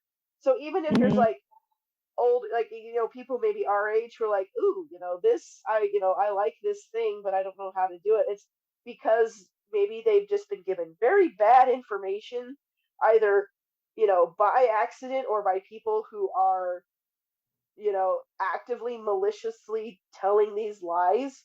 But it's just kind of funny that, like, I mean, go like at work, for instance, like, I have my lanyard with my badge, and I have like all these pins, and so like I have Pokemon, and I have, well, a lot of my Pokemon badges, but then on my cart I have a Sailor Moon picture, and I have my Pokemon things. I have a Doctor Who magnet on my locker, and things like that. And just, it's like a conversation piece. Like, people are like, oh, you like this thing, like, what's your favorite, or let's talk about this, or I have baby Grogu Funko on my desk at work, and we discuss these things. And these people, like, they wouldn't, it's not in their nature to put these things up. That's fine. But they want to talk about it. And it's fun, and it just kind of feels like, ooh, I found a friend, and maybe they don't want to get into it as much as I am.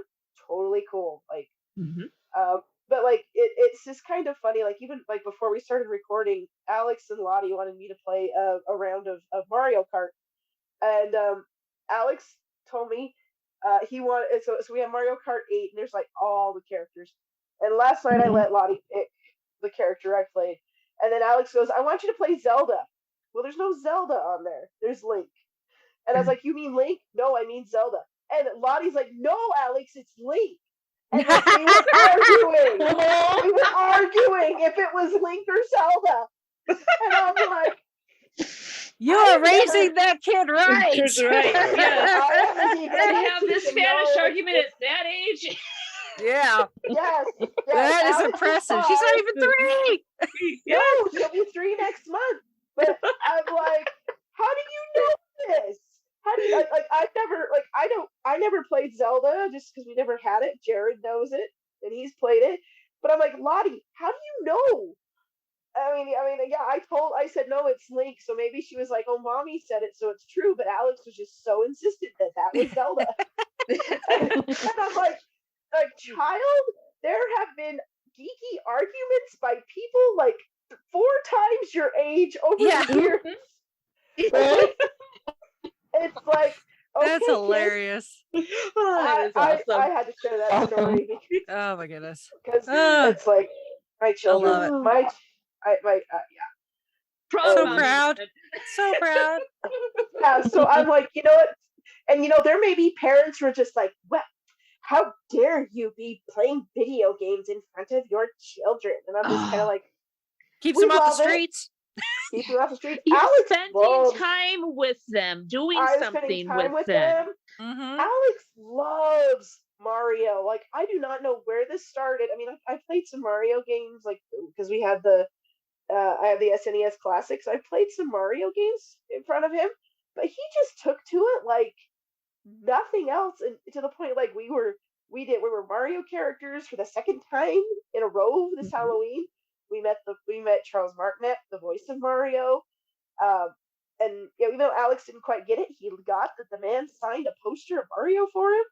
And like every time we go to the store, and if he sees something with Mario on it, he wants it. And he's just, I'm just like, where did you get this? But he just latched onto it, and he loves it. I'm like, that is your fandom, kid. And even when I play Animal Crossing, he'll want me to dress up as Mario because there actually is a Mario costume in that game that I have. He's like, dress up as Mario. And I'm like, sometimes I'll do it. Sometimes I'm like, no, I want to do this other thing, but he'll get mad if I don't. so it's kind of like I have gone from being to being in an environment where, keep this all under wraps, don't talk about it, don't make this too. I'm showing it to my kids and telling them it's normal. Yeah. And you're making memories with them, and that's the most important thing. Yes.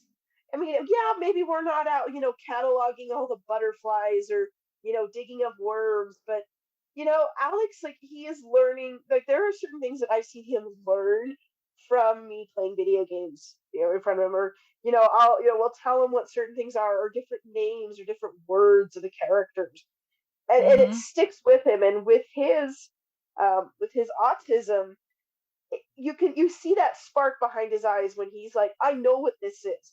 I can remember what this is. And it's really good for him to have that, and to like have a way to explain things. And then I will see him like just with his toys, like playing. He's got all the like the Mario plushies and things, and he will act out stories with them, which I don't think I've ever seen a video with those things. I've never heard of those scenarios in the games or anything. This is stuff he's made up, which is a big part of some of his like speech therapy and things like that. So I'm like, I highly encourage this because it gives him some context and some like these are his buddies, and he's, maybe he doesn't quite get along with the kids at school or in his peer group because that's just not how his brain is wired to like. It's not that he doesn't like them, but he's just like, I gotta do my thing, and you are just your background noise. So he's like just in this. He's got blinders on, and it's just the way he is. But we're still encouraging him to learn and branch out, and that's how he understands express himself. Right? Yes, he's very.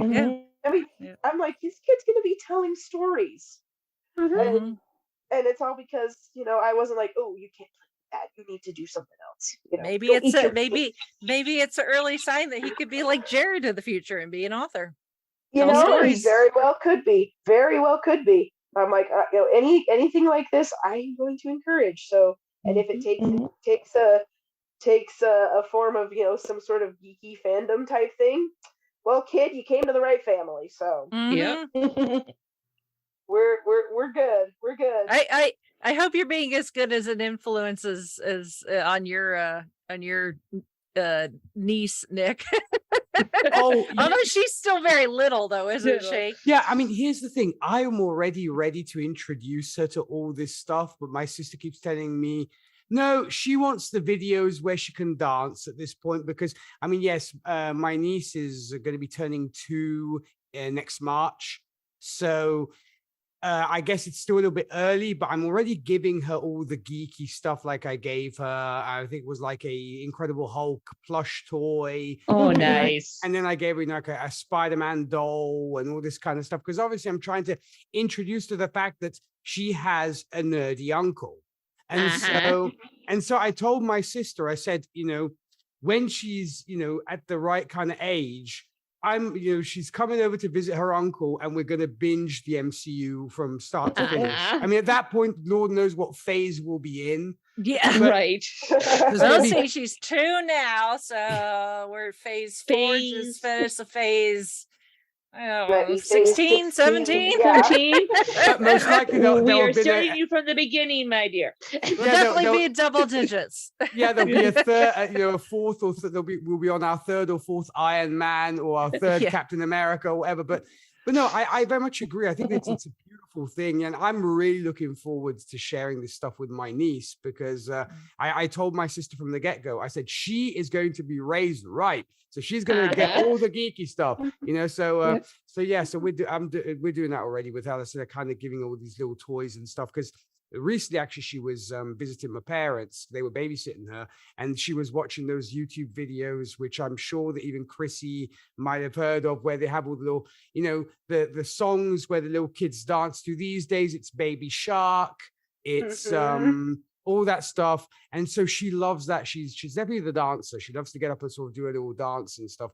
But I was telling my parents that let's pop on Disney Plus, and my parents like, no, she just wants to dance right now. I'm like, okay, I'll wait a couple of years. I'll come back in a couple of years. Attention span's not quite there yet. No, exactly. Yeah. Where my brother and sister-in-law is for Thanksgiving, and my nephew is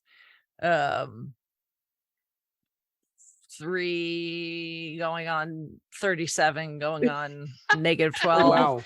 Wow. Yeah. He's a toddler. It's that age. Chrissy knows.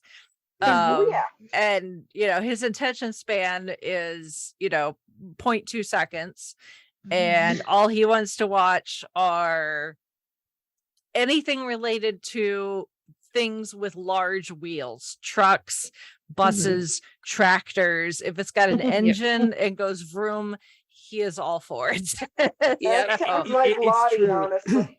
Yeah. But it is great to see that there are, should we say, members of the new generation that are getting into all this stuff. I mean, and Chauncey's tried to show him like Star Wars, but he's just not. The attention span's not there yet. So yeah, they'll get there. I mean, I said I see it with my niece. It's the same thing, that she has the attention span of like a goldfish. It's like, okay, something else to rush after, and she gets up and rushes off. So that's my niece.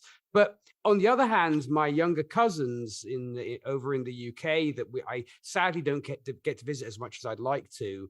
Last time I visited them, and now Lord knows how old they are at this point, but it's crazy because I believe last time I went to visit them, the Dark Knight trilogy had just ended. So that tells you how long ago it was when I last saw them. But it was wonderful because once again, I was kind of like the cool cousin, because we would literally sit down at breakfast, having this nice British breakfast, which was always fantastic. That's why I love visiting England, mainly for the breakfast, not because of I'm joking. I enjoy seeing my family, but family British fry up. Family. Yeah, I mean, fry up. I mean, when like my uncle or some of my cousins are like, beans on toast. Yeah, exactly. Good Bacon time and with eggs family. and all this kind of stuff. I was like, yeah.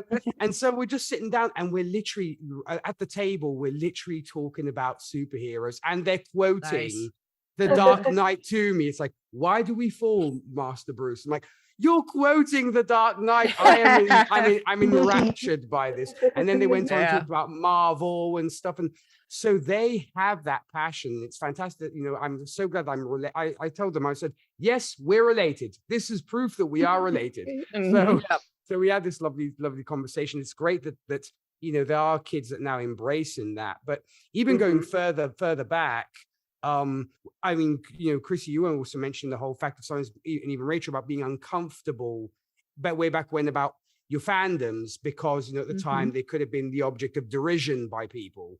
I actually remember what helped me was my father's colleague, he's still alive, but he's retired. He was a professor in applied mechanics. And you think, oh, this guy probably just reads, physics books and quantum books. His passion is the bold and the beautiful. And nice. And I was like, if a guy with an IQ of 1,000,002 can enjoy the bold and the beautiful and have that fandom, it's all right then for me to enjoy. We had break. We had Phil Thomas Cat on an episode of Gold Standard. He was on our Gigi episode, and he's like the epitome of like old school rock and roll, cool, dark slick back hair, wears sunglasses all the time. listens to the, Bread and, all those bands of like the 70s and the stuff. So it's like old school cool. And he does a live show every Friday night from his studio in Florida, but one of his segments, he always has because he does his own music too, so they always have a segment where it's like they play a Phil Thomas Cat song, and then they end the show with a double slice of bread, so it's 2 bread songs back to back. So they're always doing stuff like that, but they also have a segment where he and another gal who does the show right before him talk about what happened on General Hospital that week. There you go. Everybody has their Hospital back everybody in the day. has their Stat. things. It's a staple of late night It with is. PTK. So Yeah. You gotta have you gotta have your serious, this is how I make my living and I have to know all this stuff. And then you gotta have the thing that's like, okay, I'm gonna shut down the serious, part of my brain, and then we're gonna do some fluff. Like I love romance novels. Just, especially historical romance, love them. I have all these they're piled here, and Jared, he doesn't get it, but there's a few he's read that he's liked, but he's like, you know what, that's something you like. So, and it's just kind of a palate cleanser for that kind of thing. It's very true. I think if you need to disconnect, sometimes you need something which is not going to necessarily, should we say, I mean, it's good to enjoy, obviously high level quality stuff, but at the same time, I think if you, like you were saying, Chris, if you need to just unwind, you want something that's a little bit more, kind of chill. Case in point, usually whenever I finish doing my radio show and I'm making my dinner, I'm like, so what am I going to watch now? While I'm having my dinner, I'm like, oh, I could watch this. No, it's going to be kind of too heavy going. I'm rewatching for the nth time Gilmore Girls. Oh, hey, there you go. Yes. I mean, I love it. It works because when I'm cooking, I have it in the background and I sit down, I eat, and when I'm eating, I watch Gilmore Girls because you can follow along with it. I guess you could almost, as we say sometimes on Gold Stand as well, you could fold laundry to it and you still enjoy it. It's one of those things, So I think it's fandoms are just and those things absolutely have a place, and it doesn't have to be award-winning high-class drama. You need.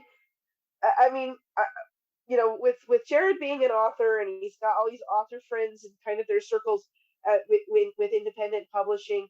I mean, traditional publishing, they're about the awards and the bestsellers and all this stuff.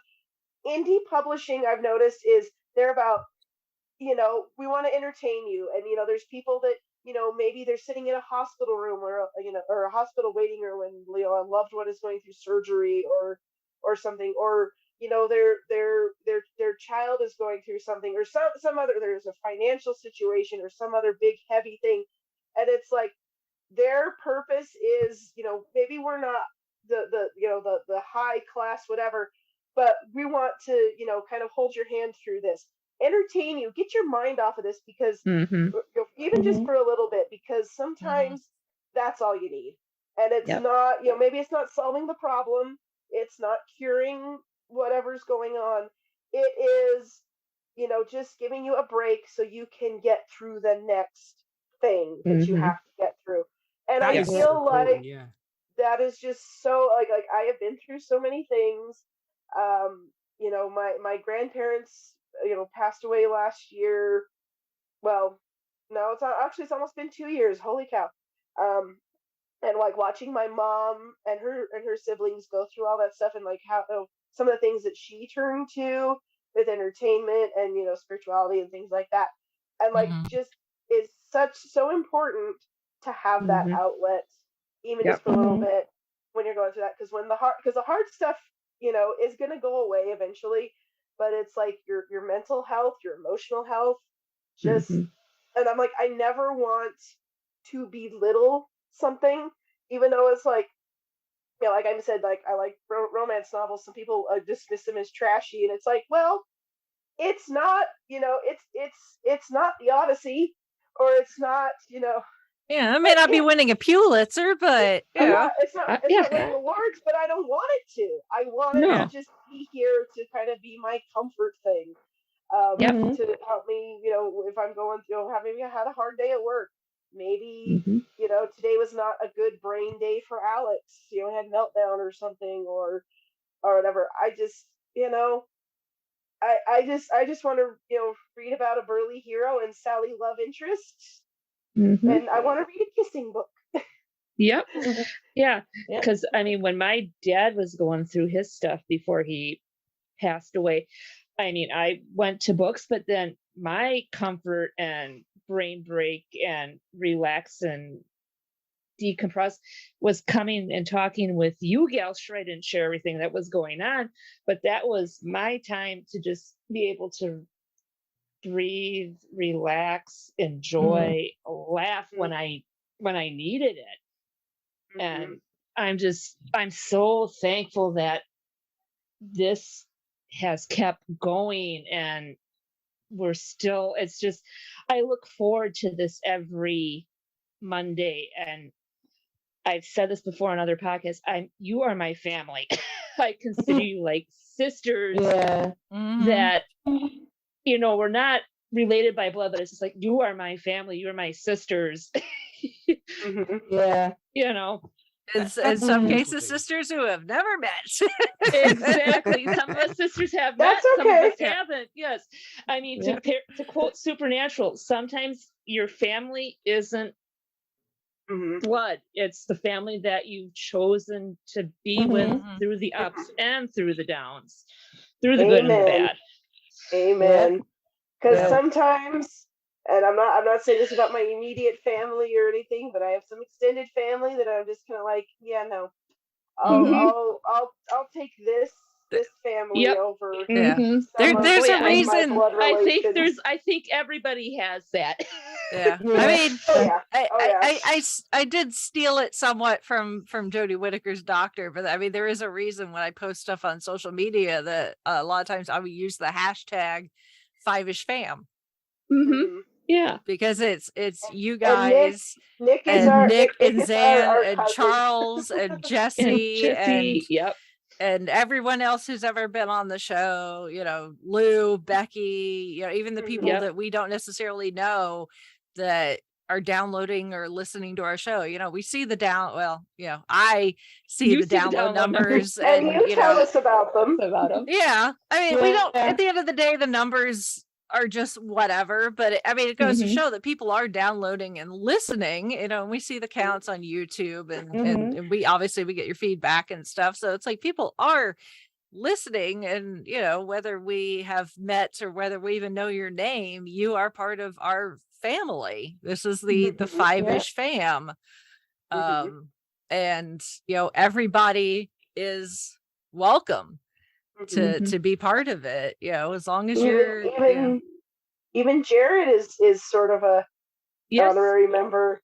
He's been on a few episodes. He's done our D&D. Chauncey's been on it a few times. Yep. He'll be back eventually, I'm sure. So and Jared's like, I'll watch the kids and you go record. And it was funny today because Lottie had taken a nap and she'd gotten up and she wanted mommy, she wanted snuggles. And so when Jared goes to his D&D group Saturday nights, he says he's going to go talk to his friends, and Alex and Lottie get that. So like they go and there's like playing until almost midnight.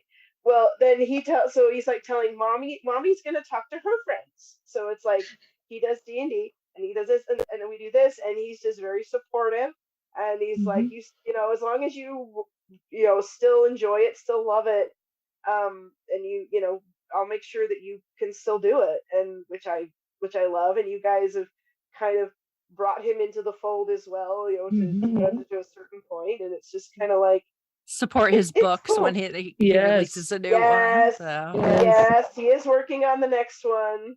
Yay! Oh my gosh, some of the stuff he's got in. He is, and I know this is going to be a little controversial, so hopefully if people don't like this, they won't I don't know.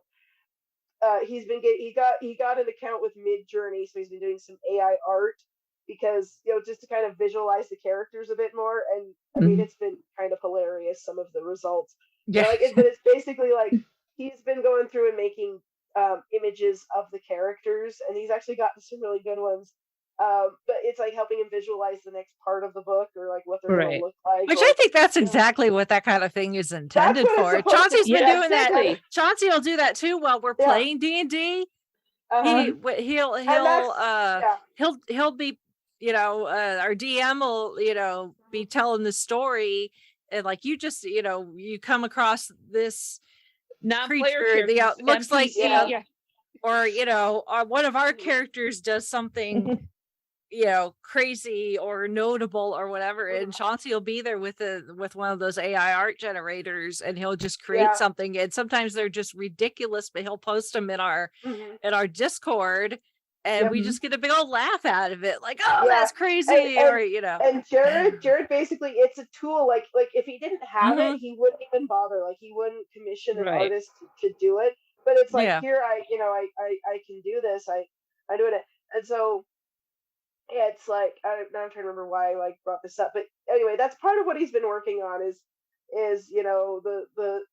his next book and some of the stuff I can kind of map it out with the AI art. And like some of the stock photos that he's used for covers just aren't quite what he wants. Right.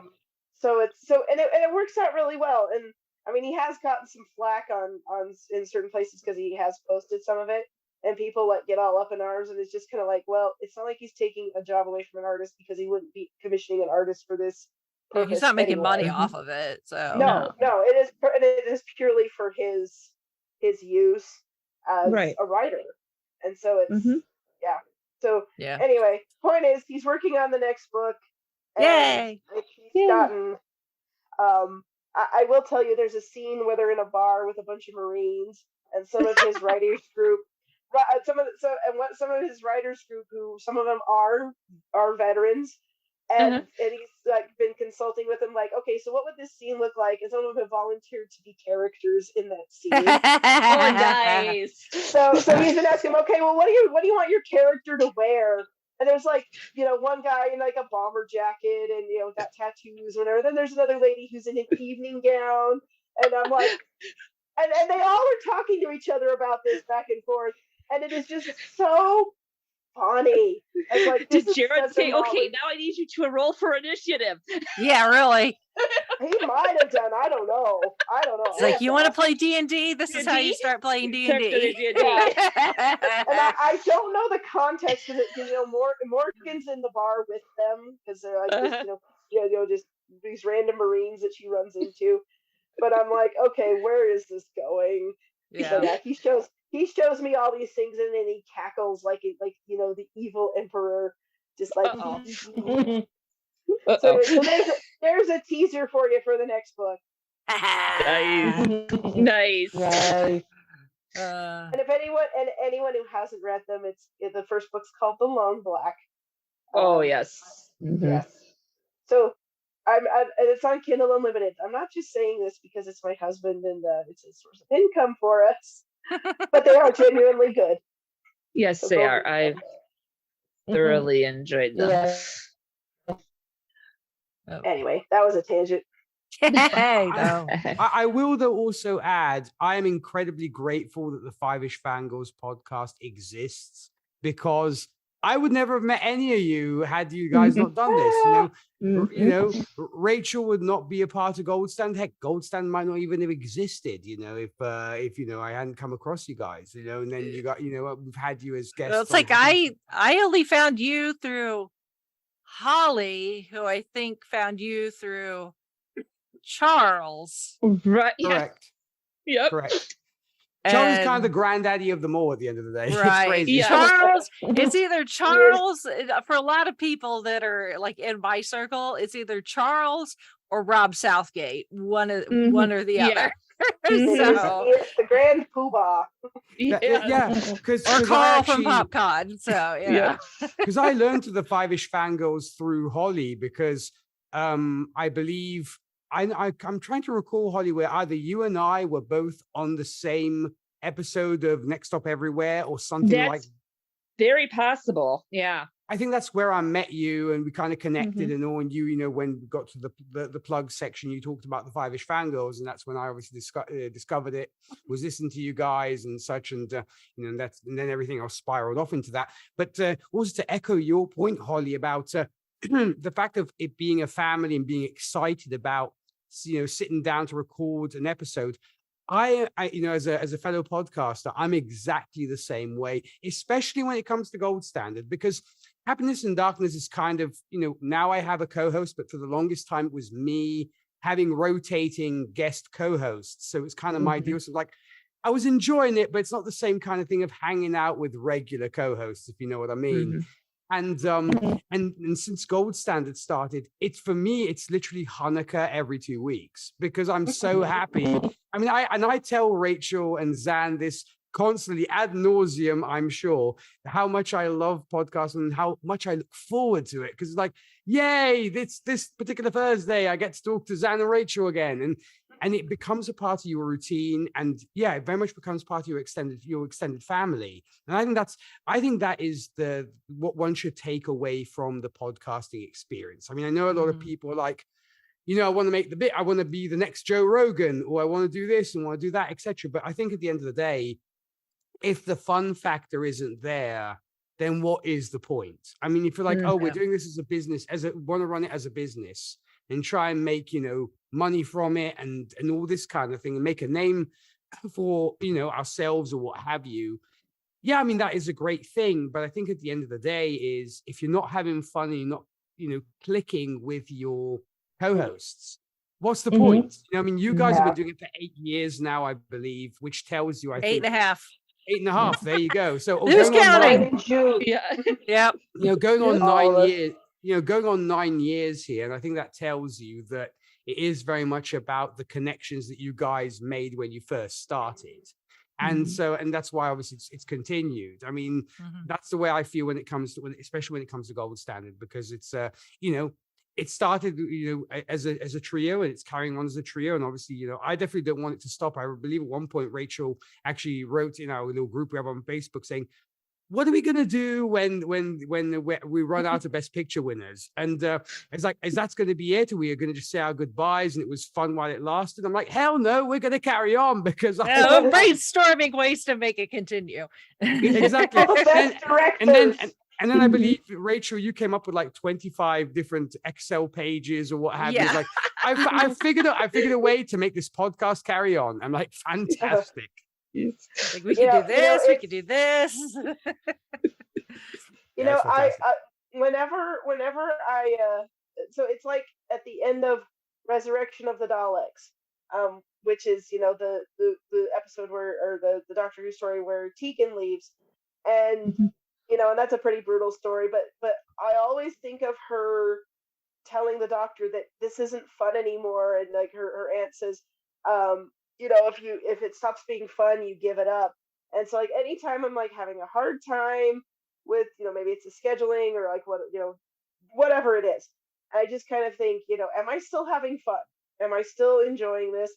And that's with anything, not just podcasting. It's with a lot of things. And it's, if I stop having fun doing something, I quit. I don't do it anymore. And so the fact that we are still going after almost 9 years, which is crazy to think about, is just a testament to we work really well together, we click, and we're having fun. So let's keep having fun. That's exactly it. Yeah, because life is too short. If you're not having fun, then there's no point. Yeah. I mean, I had that push in when I was in high school and college, and like, I just want to take on the world and be the best ever, and everyone's gonna know my name, and I'm just kind of like, you know what? That notoriety is overrated. I just, I don't have the patience. I don't have the energy. I don't have the brain function or brain capacity, we'll say, to be one of those high-powered, high-stakes go-getters. Like I'm just having a good time. That's all. And if other people want to come along for the ride, yes. If other people want to come along for the ride, well, let's have a good time together. Yep. And lots of people have. So huzzah. Yep. And we want to continue that too. Well, Yeah. Kind of looking into the future. I know I've teased every now and then, and I know some, you guys know about it because you're part of it, and there's some other people that know about it. But we are actively working on kind of expanding the Fiveish fam universe. Watch out, DC, here we come. No. So yeah, earlier in the year, we went through the process of crossing all the T's and dotting all the I's, and essentially incorporating the Fiveish Fangirls, but not as a money-making venture, but as a nonprofit. So if you go to our website, the front landing page, you will see the podcast, but then there's also what we're calling Fangirls Give Back. And that is something that we're really going to work and push towards growing going into 2023. It's been a lot of back end stuff, and not just getting the paperwork set, then redoing the website and doing some research and gathering other people into our circle to bounce ideas off of and get information from. And I've got stuff that I'm hopefully going to work on, knock on wood, over the holiday break. Life and everything permitting, who knows. But I guess the cliff notes is that the Fangirls Give Back is our initiative to find ways to help grow and support fellow fangirls out there that are pursuing creative endeavors. Whether they are artists or authors, or they make some sort of crafty something or other, or they're a cosplayer, or they're a podcaster themselves. If you're a fangirl and you're a creative person who's trying to use your creativity as an outlet for your nerdiness, we want to help you. Whether that's find ways to your experience in gatekeeping in your particular medium or whatever, or with some of the people I've talked to, maybe finding ways to get you legal help, because you don't want to get somebody signed into a really bad contract with like a publisher or something. Exactly. Or even something simple like, or something as connecting, you're an author, someone like, Jared, unfortunately, he's a boy, so he doesn't count. But, he does have, I can tell you his sources and the things he uses. Yeah. And actually it's is a woman run website's called Mad Genius Club. So that one, that is his one of his greatest resources. So anyone who's looking to do indie publishing and needs like the nitty gritty explained to them, Google Mad Genius Club. Their blog's amazing. Yeah. So there's a plug for you. Yeah. Or you find yourself wanting, a piece of art for a book cover that's something besides just a stock image. You want to commission an artist to do it. That's one of the things that I've slowly working on trying to figure out how to do, because it's outside of my purview, but I'm going to give it the old college try, is to figure out how to make some sort of database. Right. So that, people can find creators for whatever it is they need, whether you need a logo made or a cover or something, or a Fanish whatever pages, if it as it were. Yeah, exactly. Yeah. Fangirl creative yellow pages. Which to those who are in the younger generation. Yes. That was a great big book with lots of pages, and they were You yellow. remember in the Terminator how the Terminator and Kyle Reese go looking for Sarah Connor, and they find all the Connor Sarahs in this big book, but the pages are white. There was a version of that, but the pages were yellow, and instead of people, it was businesses. Yeah. Or if you haven't seen Terminator, the first Back to the Future, Marty goes back to the 50s and he's trying to find Doc Brown. Yeah. There is a white pages phone book in that phone booth. Again, so the yellow version was for business. Yeah, yellow version was for businesses. It was like a way for advertising. Yeah. I feel like such an old lady. Yeah. But I can also couch it in I'm teaching history, because that was one of my that was one of my interests in college. I potentially could have been a history teacher, but alas, it was not to be. But I still love learning about history. So there we go. Yeah, librarian. There's some Venn diagram overlap there. That's why I became a librarian, because it just kind of encompassed most of my interests, basically. A little bit of everything. So a little bit of everything, and I love to read stories to little kids. Yeah. So that's what we've been working on since summer-ish until now, is a lot of back end stuff on that, but hopefully we'll start doing some more forward facing things. The convention season will start up again. I have ideas for panels that are relevant. So hopefully when we get out of winter and we all emerge from our hibernation, we can start doing things that both online and in person. So so I have to tell you this. So Alex, the bus takes him to school and brings him home. I got home in time to get him off the bus at 4:00 my time. The sun was already setting. Yeah. At 4:00. I'm like, oh. Well, thankfully the solstice is in a couple days. Yes. So we'll start. Also, we'll start swinging in the other direction.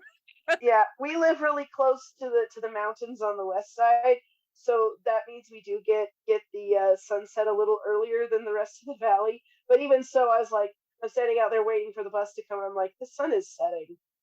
It's only 4. I don't like this. Yep.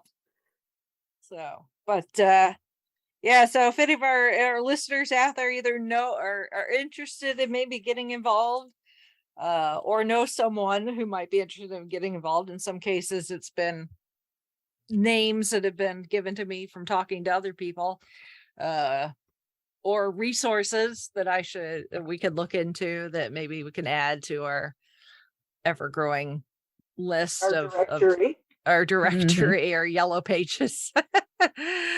I love please send us an email. It's the same email address for everything. So yes. But if you want more information, there's a little bit of information on the website. Again, working on stuff on the back end. Like I can record and edit and upload this podcast with my eyes closed and one hand tied behind my back. I am not a programmer by any means.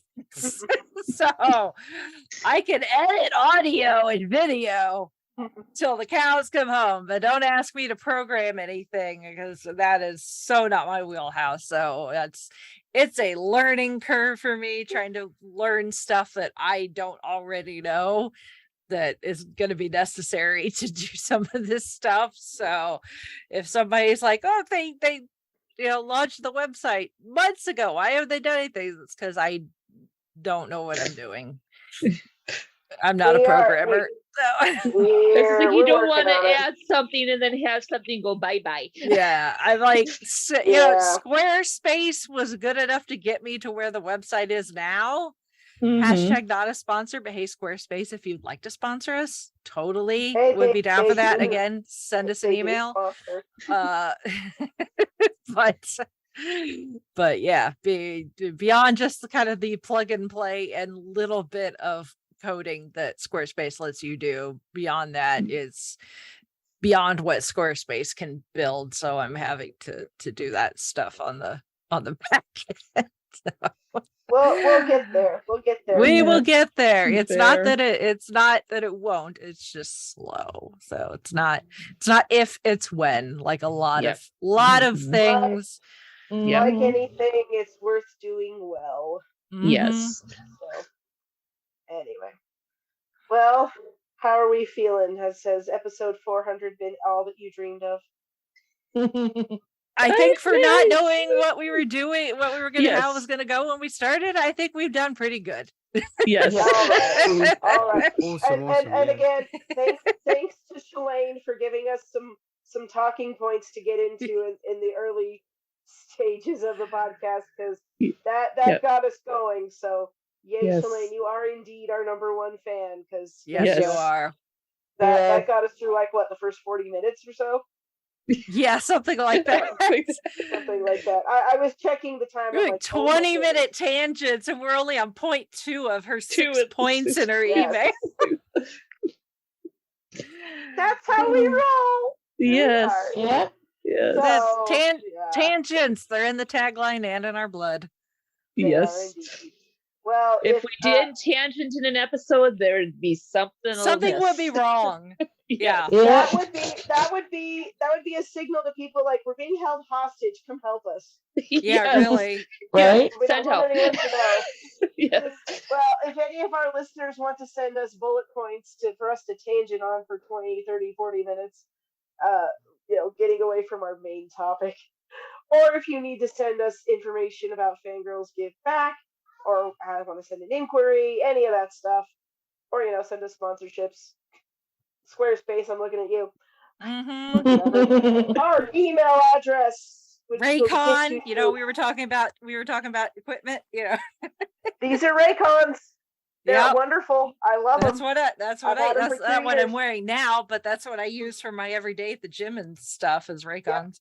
Yeah, I'm wearing Raycons too.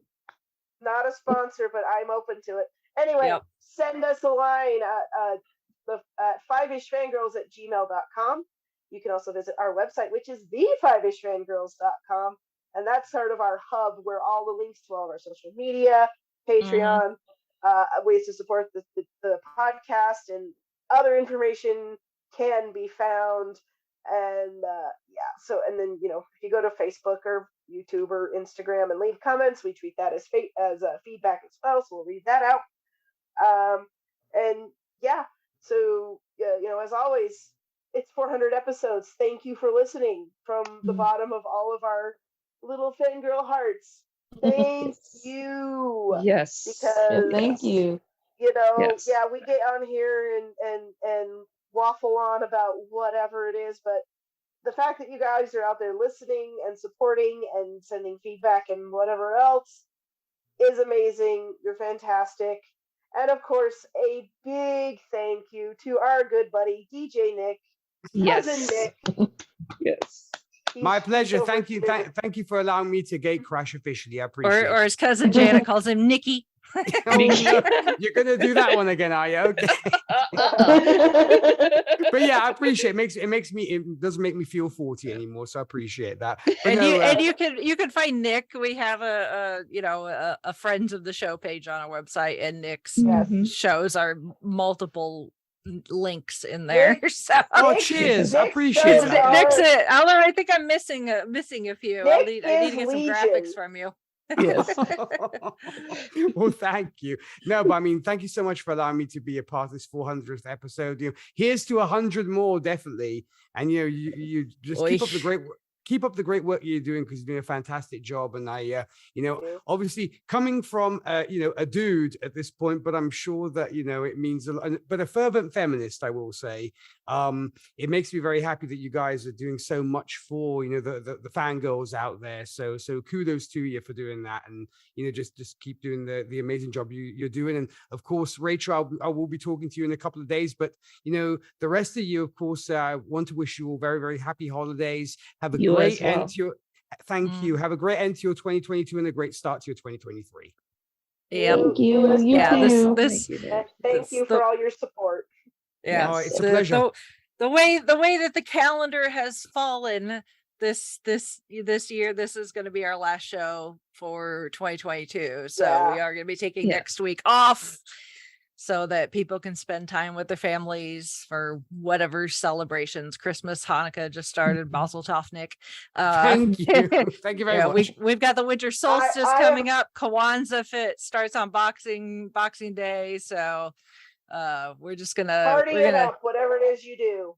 Yeah, we're gonna take some time to probably eat too much and stay up too late and watch way too many movies. I'm very looking forward to my annual double feature of Die Hard and the Muppet Christmas Carol on Christmas Eve coming up this Saturday. So to quote one great Christmas movie character, I'm eating junk and watching rubbish. You better come stop me. Exactly. Yes. Exactly. That's going to be me Saturday night.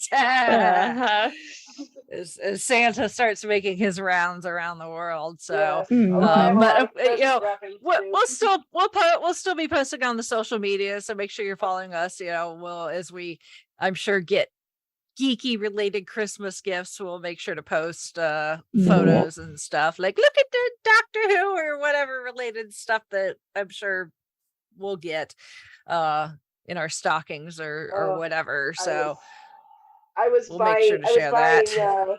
Stocking stuffers for the littles today, and I got some fun little geeky things for them. I can't wait to see. It is so fun. As much as fun as Christmas and the holidays are, when you're growing up and stuff, it is so much fun to see it with your kids. They have been. Or just other people. I mean, you guys will be getting this year's Christmas card in the mail shortly. Chauncey put those out over the weekend, I think.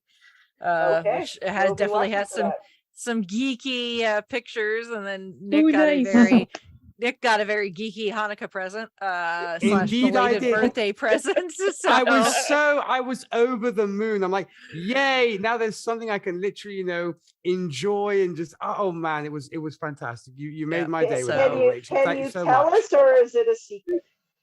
Oh, I mean, I can't. You know what? I will actually show you. Just give me one second. Nice. Okay. Ooh. I was like, are you saving the surprise for something? Yeah. It's not easy finding places that ship to Italy. First off, that aren't Amazon. So can you see it? Oh, it's like Where's Waldo, but for Doctor Who. Nice. Exactly. This was a lovely Hanukkah present from Rachel, and Rachel, thank you again so much for this. It made my day. I was smiling from ear to ear because when the porter buzzed me saying there's a package for you, I'm like, yay, it's here. So off I rushed and went to get it, and it was just smiles all around. So cheers for that, Rachel. Really appreciate it. Yeah. Very cool. We wish everyone, whatever you celebrate, a very safe rest of the year. And we will catch you all in 2023 with episode 401. Yes. So with that, we're going to sign off for this week and this year. This is Brittany Butler saying good night and happy holidays and Happy New Year, everyone. This is Chrissy saying good night from Salt Lake City and happy everything. This is Holly from Wisconsin saying good evening, have a happy holiday and a very happy New Year. Stay safe, everybody. This is Rachel in Indianapolis, Indiana. Have a good rest of the year. However you celebrate, stay safe, stay warm. At least in this hemisphere.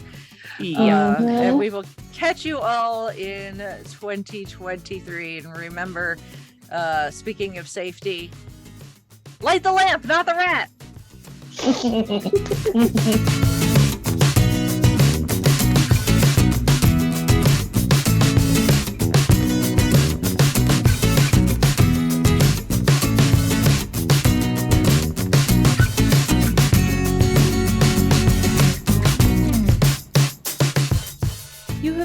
listening to the Fiveish Fangirls podcast.